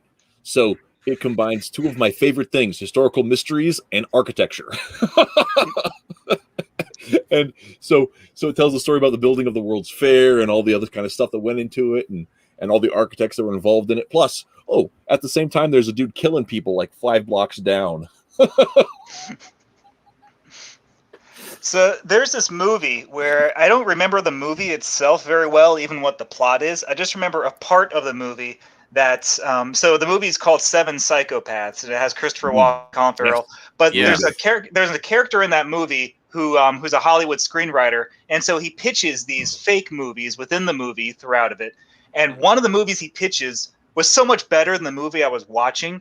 He pitched the idea of that there's this person who goes around and kills all of history's serial killers who got away. And so there's this great like montage when he's describing the movie of his character going around and killing like the Phantom Killer of Arkansas, of Texarkana, I mean, and like the Zodiac Killer. Just all the famous serial killers that were never brought to justice. Like, whatever happened to those serial killers who got away? Like, well, we never heard from them again because my made-up character hunted them all down and killed them one at a time. He's a serial killer of serial killers. Like, that sounds really interesting. I wish I was watching that movie and not this thing here. I don't know. I liked Seven Psychopaths. I can't remember a thing about it other than like Christopher Walken was sometimes funny. Oh yeah, there was a whole thing, but I don't want to rehash the movie. I enjoyed it. Yeah, I liked the performances, but I will give you that the plot was a little weak, but I thought the performances carried it. But yeah. But back to the question is when is one of these things overused? Nobody ever answered that. I mean, we were mentioning Jack the Ripper. I don't know, when something is a history's mysteries, if it's so mainstream that everybody's done a version of it, then yeah, like Jack the Ripper. I saw this one movie called Terror of London Bridge, where Jack the Ripper was chased by the police off of London Bridge, not the Tower Bridge, the original London Bridge. And guess what? The London Bridge was actually moved brick by brick to somewhere in America. This is a real thing. It's actually there in America. Arizona, thank you. And now the ghost of Jack the Ripper haunts London Bridge, except it's in Arizona now. And so he's killing people in America. And only David Hasselhoff can stop him. Yeah, of course. Yeah. So I mean, once your history's mysteries is being adapted for a David Hasselhoff movie, then it's officially gone too far. So I get your point there, but I had a twist on Jack the Ripper that I actually thought would be really cool. So I think that sometimes when you're dealing with something that's been used, you just want to it's more of a challenge. And I pitched a story once where I wanted to do a Jack the Ripper bit, but the twist was going to be that Jack the Ripper was a vampire hunter, and that all the killings, he was actually killing vampires who were in fact killing people. So the twist was that he was actually kind of an anti-hero rather than just the villain. And so I think you can still play with those things.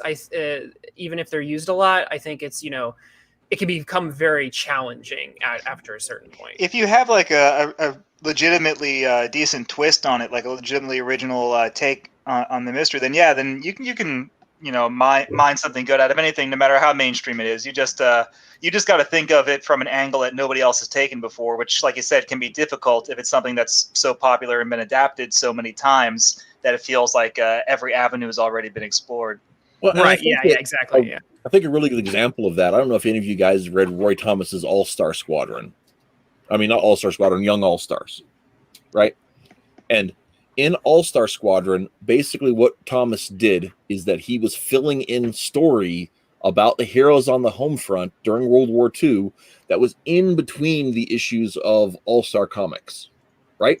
And so it dealt with some of the B tier characters and folded into the history of the Golden Age and the stuff that was going on, like the Zoot Suit riots and stuff like that within the DC universe. So it was really fun.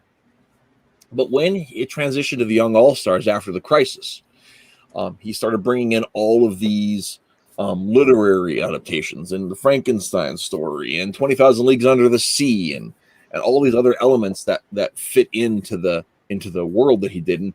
And Superman was replaced by Iron Monroe, who was the grandson of Hugo Danner from the pulp novels, right? And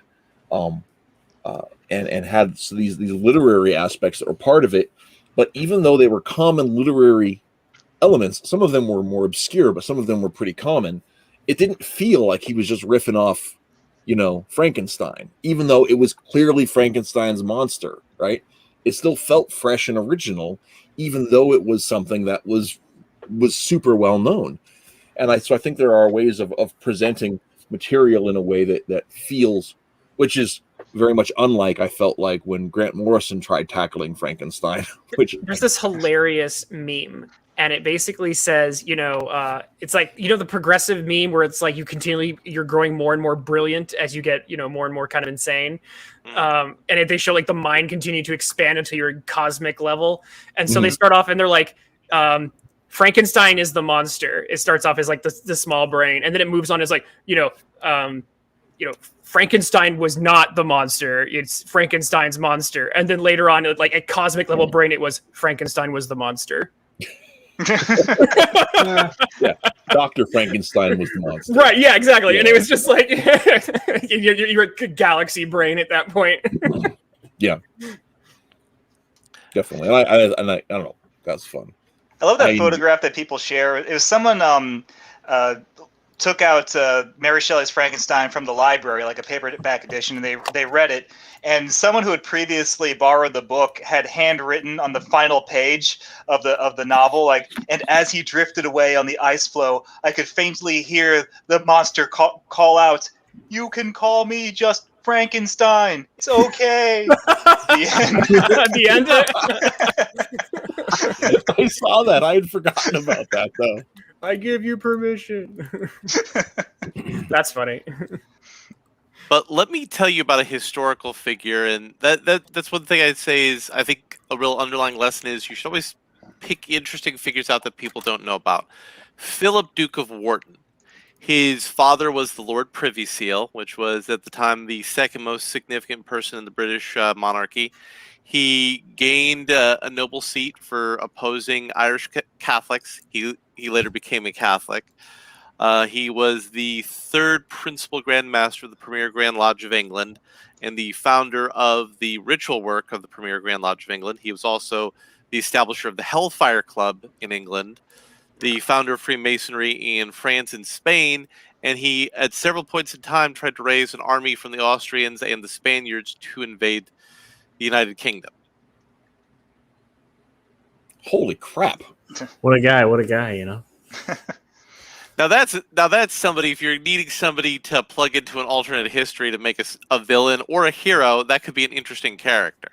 That reminds me of there was it's not that crazy of a story, but there was a Welshman named I believe John Jones was his name, and he came over to America in the early 1800s, like before Lewis and Clark's expedition, to seek out any truth that might be to I'm gonna forget the guy's name. There's a legend about a Welsh prince who came over, Madig. Oh, yeah. Prince Madig, who came over in the 1400s supposedly, or 1200s, and ended up disappearing in America, right?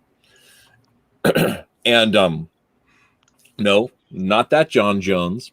But anyway, so the thing is so this guy, this crazy Welshman comes out to the American frontier before it was the American frontier. Starts wandering around looking for Welsh-speaking Indians, and he doesn't find any. But he ends up joining like casting off his his British citizenship and becoming a subject of the king of Spain, because it's that part where there was contested area between Spain and France at that time, and he declared himself to be the last conquistador and was trying to raise an army from the Spanish lands to invade the French lands, territories that became the Louisiana Purchase. That was around the same time that Aaron Burr got involved in misadventures too. Yes. And I think it's John Jones, but I might have his first name wrong. I have to look it up because for some reason it's skipping my head. But yeah, he ended up being I'm gonna forget the dude's name. The guy who's the lead singer for Super Furry Animals did an album all about the dudes called The Last Conquistador, I think it's called, and it's all about it's a concept album about the dude's adventures, but he ended up like living among the Omaha people for a while up on the crossing of the Missouri, where Lewis and Clark ended up crossing the Missouri River as well. Did you guys ever read that book series, Manifest Destiny? At all? I think it was made by Image, but I've heard of it. I never read it. So it takes place with the Lewis and Clark expedition, but they fight monsters, and there's different creatures that men have not seen ever before, and they implemented that into the story. It's actually really well done with using historical facts and myths, and I recommend it to anyone if they want to check it out. It's pretty good. And there's one that just made me think of again I don't know why this made me think of this, but that reminded me of the Manhattan Projects, which is a bunch. It's a sci-fi take on the Manhattan Project, but it just runs with it into crazy like sci-fi. But it's Oppenheimer and a whole bunch of the other like geniuses behind the nuclear bomb, but then it gets into like alternate dimensions and all the craziness of nuclear science and nuclear sci-fi. And Albert Einstein's in the mix, and like all those great guys. It's really interesting and kind of crazy. Hickman does it by Image. Yeah, Manhattan Projects. I want to look that up. But that's pretty. And another interesting idea for an alternate history story is, so the Seminole Indian Wars were started because there were Seminole raids going to Florida from Florida in the United States. But at the time, the United States government was negotiating with Spain, and he sent Andrew Jackson, then a general, was ordered into Florida and was told by the president, and I quote, "When you arrive in Florida, you may find that your mission is different than the one that I have given you." And Andrew Jackson was in the process of conquering Florida while the United States government was negotiating with the Spaniards, who didn't have a military to speak of in Florida. So the real question is, what was the mission he was given when he decided, you know what, I'm just going to conquer Florida for funsies? That's a good question. I don't know. Since we're talking about alternate history comics, I think it's really important to mention Kieran Gillian's Uber, which was extremely good until the very end, and then it was terrible. But is anyone familiar with that one? It's it's an alternate take on World War II, and it's called Uber because it's the idea of what if the Germans had discovered the ability to create Ubermen. But it's not just it's not superheroes. It's these types of super powered people as weapons. And the book is read from if anyone's familiar, there's a really great documentary called Our World at War. It's a very seminal World War II documentary series. Yeah, John Ford, right? I'm not sure who did. I just remember I remember the theme song because it's really bleak. But it's the comic is read from this and created from this perspective of just like war journal or like historian kind of perspective. Mm-hmm. And so like how these superhero characters are put into battle and the tactics is all kind of it's given this historical veneer, and it's really fascinating stuff. And of course, it's like, well, if you had a superpowered person who could lift up a tank and had like basically heat vision, how would that impact the outcome of World War II? Like, what kind of an arms race would you create? And it is a fascinating read, and there's 2 volumes of it. and it's so good. It is extremely good until the very, very end of it. And then it's one of those stories where it's like it's I guess It's hard to complete it. I mean, to be perfectly fair, a lot of us are all writers here, but it's really, I think, one of the hardest things that a author has to do is end a story. And I think that when you're ending a story, that's when you run the biggest risk of disappointing your audience or fumbling, Even Jeff Smith's Bone, I was reading some reviews and there were some people who really hated how Bone ended. They didn't like how, it was interesting. I can show you some reviews on it. I thought it was interesting. At the time it came out, people said that it had been derailed. But that comic had run for a very long time. But yeah, so it wouldn't be the first time that an ending didn't live up to what people expected from a really strong opening. But I do recommend, Kieran Gillian's Uber, fantastic comic. Very, it's a bit bleak, especially early on. America ends up getting invaded by Germany because Germany, like I said, has such an arms advantage that they basically just bowl over the United Kingdom. And then it takes America a very long time to really start countering. But like I said, it's a fantastic alternate history, and it really just kind of dives in and lets it just kind of pursues its ideas, and the world really just goes on a different tack because of that. But they call the different super people by different classes. So like there's like the tank men, and like they have like superhuman durability up to a particular point. And then there's like the battleships, and these are the ones who are just like at Superman's level, who can like, pretty much indestructible, laser vision, strength out the wazoo. And so the battles around those individuals take on this very interesting tactical side, which is, like I said, it's just really interesting because it's superpowers meets war and they really commit to it. That's the exact opposite of the history that we worked into our universe, where, I mean, it's seriously, like, it's like we talked about it in some of our projects, but like World War II, America has superheroes first because we're the genetic melting pot, right? Yeah. So the idea of our universe is that superpowers were part of the human genome to begin with. That's why there's all the legends of gods from back in the day. Well, some of them are from that. And so throughout the time and our diversification as a people, and as we separated, those components were separated amongst the human type. And so then in the melting pot, they're put back together here. And so America has superheroes first. And so we took out Japan immediately. There's not as a military, they're just private individuals that went over there and dismantled the entire war machine because they're superpowered. And then Germany came after that. So it's the opposite story. So in our world, the war ended in like 42. So basically, your world, it's what, easy mode? Yeah. Sort of. It becomes different because after superheroes become evidenced, suddenly people figure out how to manipulate the code and create them. Also, aliens invade in the 50s, so that's a whole different story. Yeah, that's pretty. I like that. So yeah, but yeah, that's a whole thing. That's a whole thing. I do love the people I give of committing to it, right? Of when you're telling the story about, like you were talking about, like, oh, we brought back the dinosaurs, and that's the timeline now. Of if you have something that's crazy, where you just have to shift that into place, right? Mm-hmm. So one of the things that we've done with our comics is there was an alien invasion in the 50s, and it ended up ending. There was a war involving the aliens, but it ended up changing the way technology works. So in the modern era, in the early 2000s, when some of our stories are set, there's flying cars, but there's also regular cars because not everybody can afford a flying car. They can't. Yeah. Just use your STEMI check.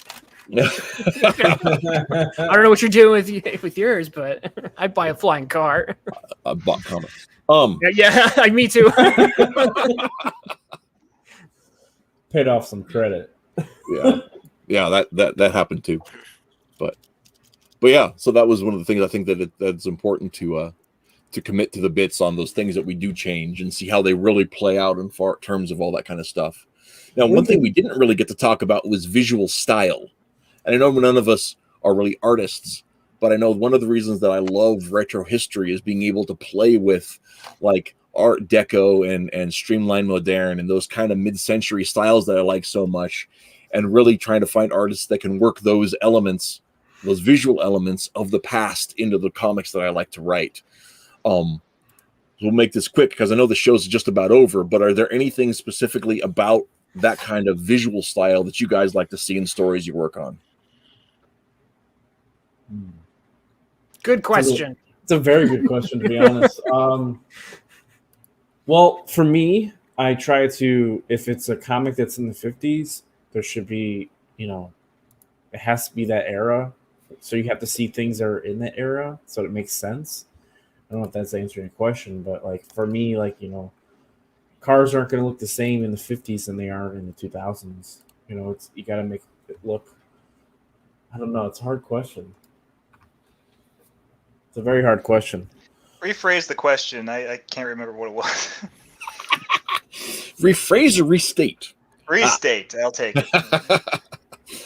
What I was saying was that are there visual elements from history that inspire you to put them into the stories that you write from the past? Oh, yeah. Well, I mean, it goes back to like what we were talking about with Gotham City, how there's all these weird things about Gotham, but the writers will always give an in-world explanation as to why it's that way, why there's giant props on top of buildings, why there's these weird Gothic looking like it looks like Castlevania is in the middle of Gotham City, like that kind of thing. But there's always a context to it. And we like doing that. So like with Common America takes place in a fictional town called Oscar, Indiana. But it's called Oscar, Indiana because it's named after a cryptid that exists in real life folklore called Oscar, who's a giant snapping turtle. Basically, he looks like Toka from Team 82's Secret of the Ooze. Have you ever seen a drawing of Oscar the cryptid? That's what he looks like. He's actually awesome. And so we kind of one, it's a cryptid, so it ties into Black Ops because it's all about cryptids. But also we did this thing where we seeded the existence of Oscar throughout the first 2 issues of Common America. So in Common America 1, we have a billboard that says "Welcome to Oscar, Indiana," and then you see this picture of this this cute cartoon turtle giving like a thumbs up. In Common America 2, we have this flashback to when the characters are in high school, and their high school, their mascot is Oscar. And so you see around the high school these like posters, with their mascot turtle character. And then at the end of that issue, one of the monsters that attacks them is this giant version of Oscar that was created by the villain for Million Masquerade.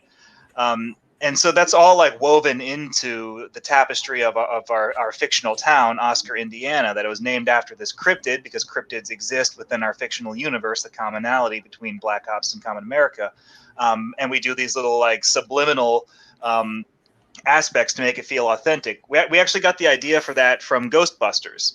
If you go back and you watch Ghostbusters, there are advertisements for Stay Puft Marshmallows and actual bags of Stay Puft Marshmallows littered throughout the movie. And the camera never draws attention to them. They're just there. But subliminally, you pick them up, that there's this product called Stay Puft Marshmallows that exists in this world.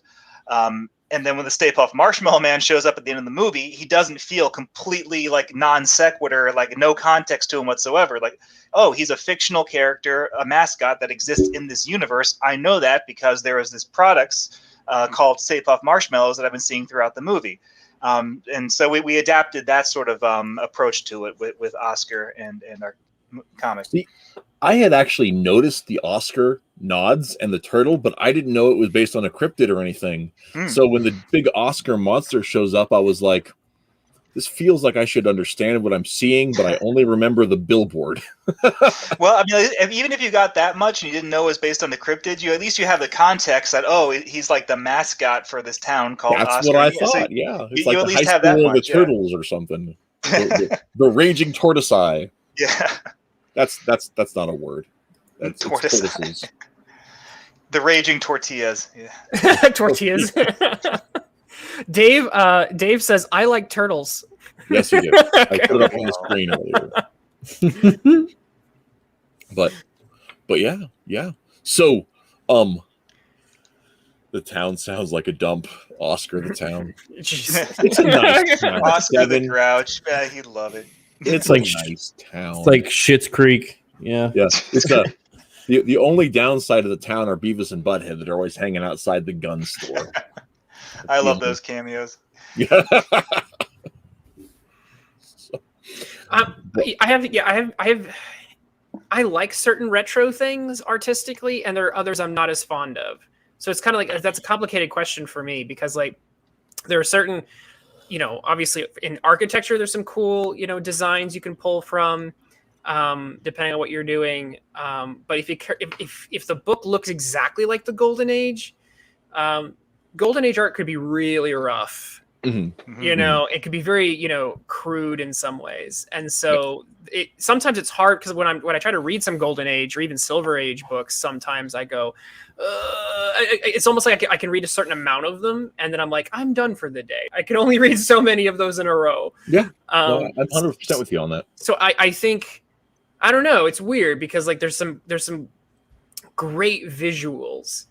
I think that some of the challenge and some of the beauty, if you think of something like Bruce Timm and how he was able to evoke so much classic, stuff, older stuff, yeah, and while still making it new in a way.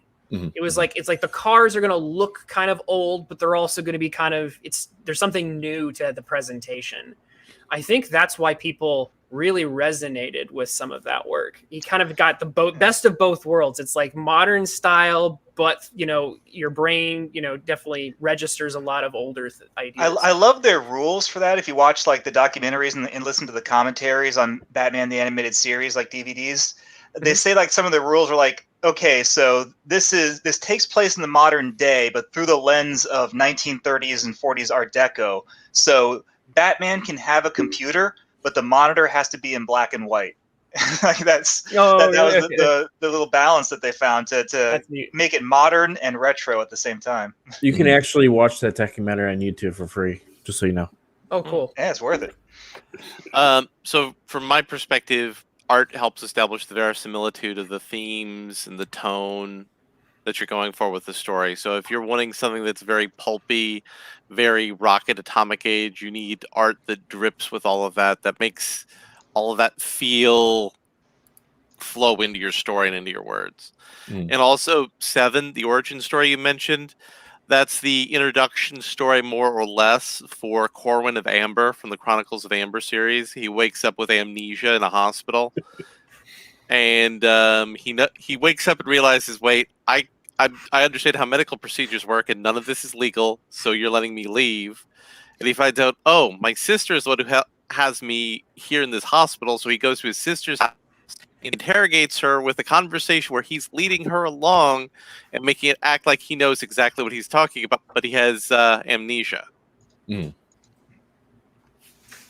just love this comment. 7 says everyone in history should wear hats. That is a rule now. I hope you won't get the memo.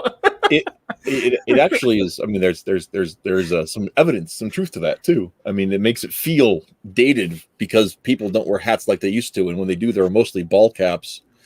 So there's an episode of I'm sorry. There's an episode of Pinky and the Brain that takes place in like 1935. And the Brain's evil scheme is that he's going to put these like feathers or tags in everybody's hat that'll brainwash them so they'll all worship the Brain. And Pinky's like, oh, brilliant plan, Brain. Oh, wait. What about people who don't wear hats? And Brain's like, it's 1935, Pinky. Everyone wears a hat. Yeah, I also have to agree with Butterdome on this, especially right now, this moment. Diesel punk is better than steampunk. It's an underappreciated genre, which is why I hope to in the next year or so have a modern diesel punk story put together. It's going to be diesel punk tinged, but yeah, we'll see if that works out or not. I don't know. I'm more a fan of unleaded punk. Yeah, maybe a little more unleaded punk, but features actually a set of stories, but features my character Chad, who goes from being a wannabe villain to being a superhero, and his power is that he can fix any machine and build anything. So I want to have machinery focus a heavy bit into his story, and so I think the diesel punk flair would be a really fun thing to play with on that. I feel like Ched should be a greaser now, the way you're telling this story. He's a little bit. It's a little bit of that. His style is a little bit greaser, a little bit construction worker kind of stuff going to it. I want to give kind of a psychobilly flair with the thing. So I like to do that stuff with it, but we'll see how it works out. So yeah, that's the whole thing. Anyway, I think that's pretty much a show, guys. What do you think? Yeah, I gotta hit the Vinegar Syndrome horror movie Blu-ray sale that opens up in a few minutes. So okay, nice, cool. Anybody have anything they want to talk about before we call it a night? Any sales to pitch? I know the Flock is still in demand, right? Yeah, you can get it in demand. 3 comics for $36 is kind of the deal right now. Free U.S. shipping, so that's the big deal right now in the campaign. Wild Tales of Kyrie is still in demand. Yep, and I will going to drop those in the chat here quick. The Flock just gone in there. And Wild Tales of Kyrie features story by Larry, Wild Tales of Kyrie, and one that's half by me. So, Yay. Not to be self-serving, but you ought to check it out.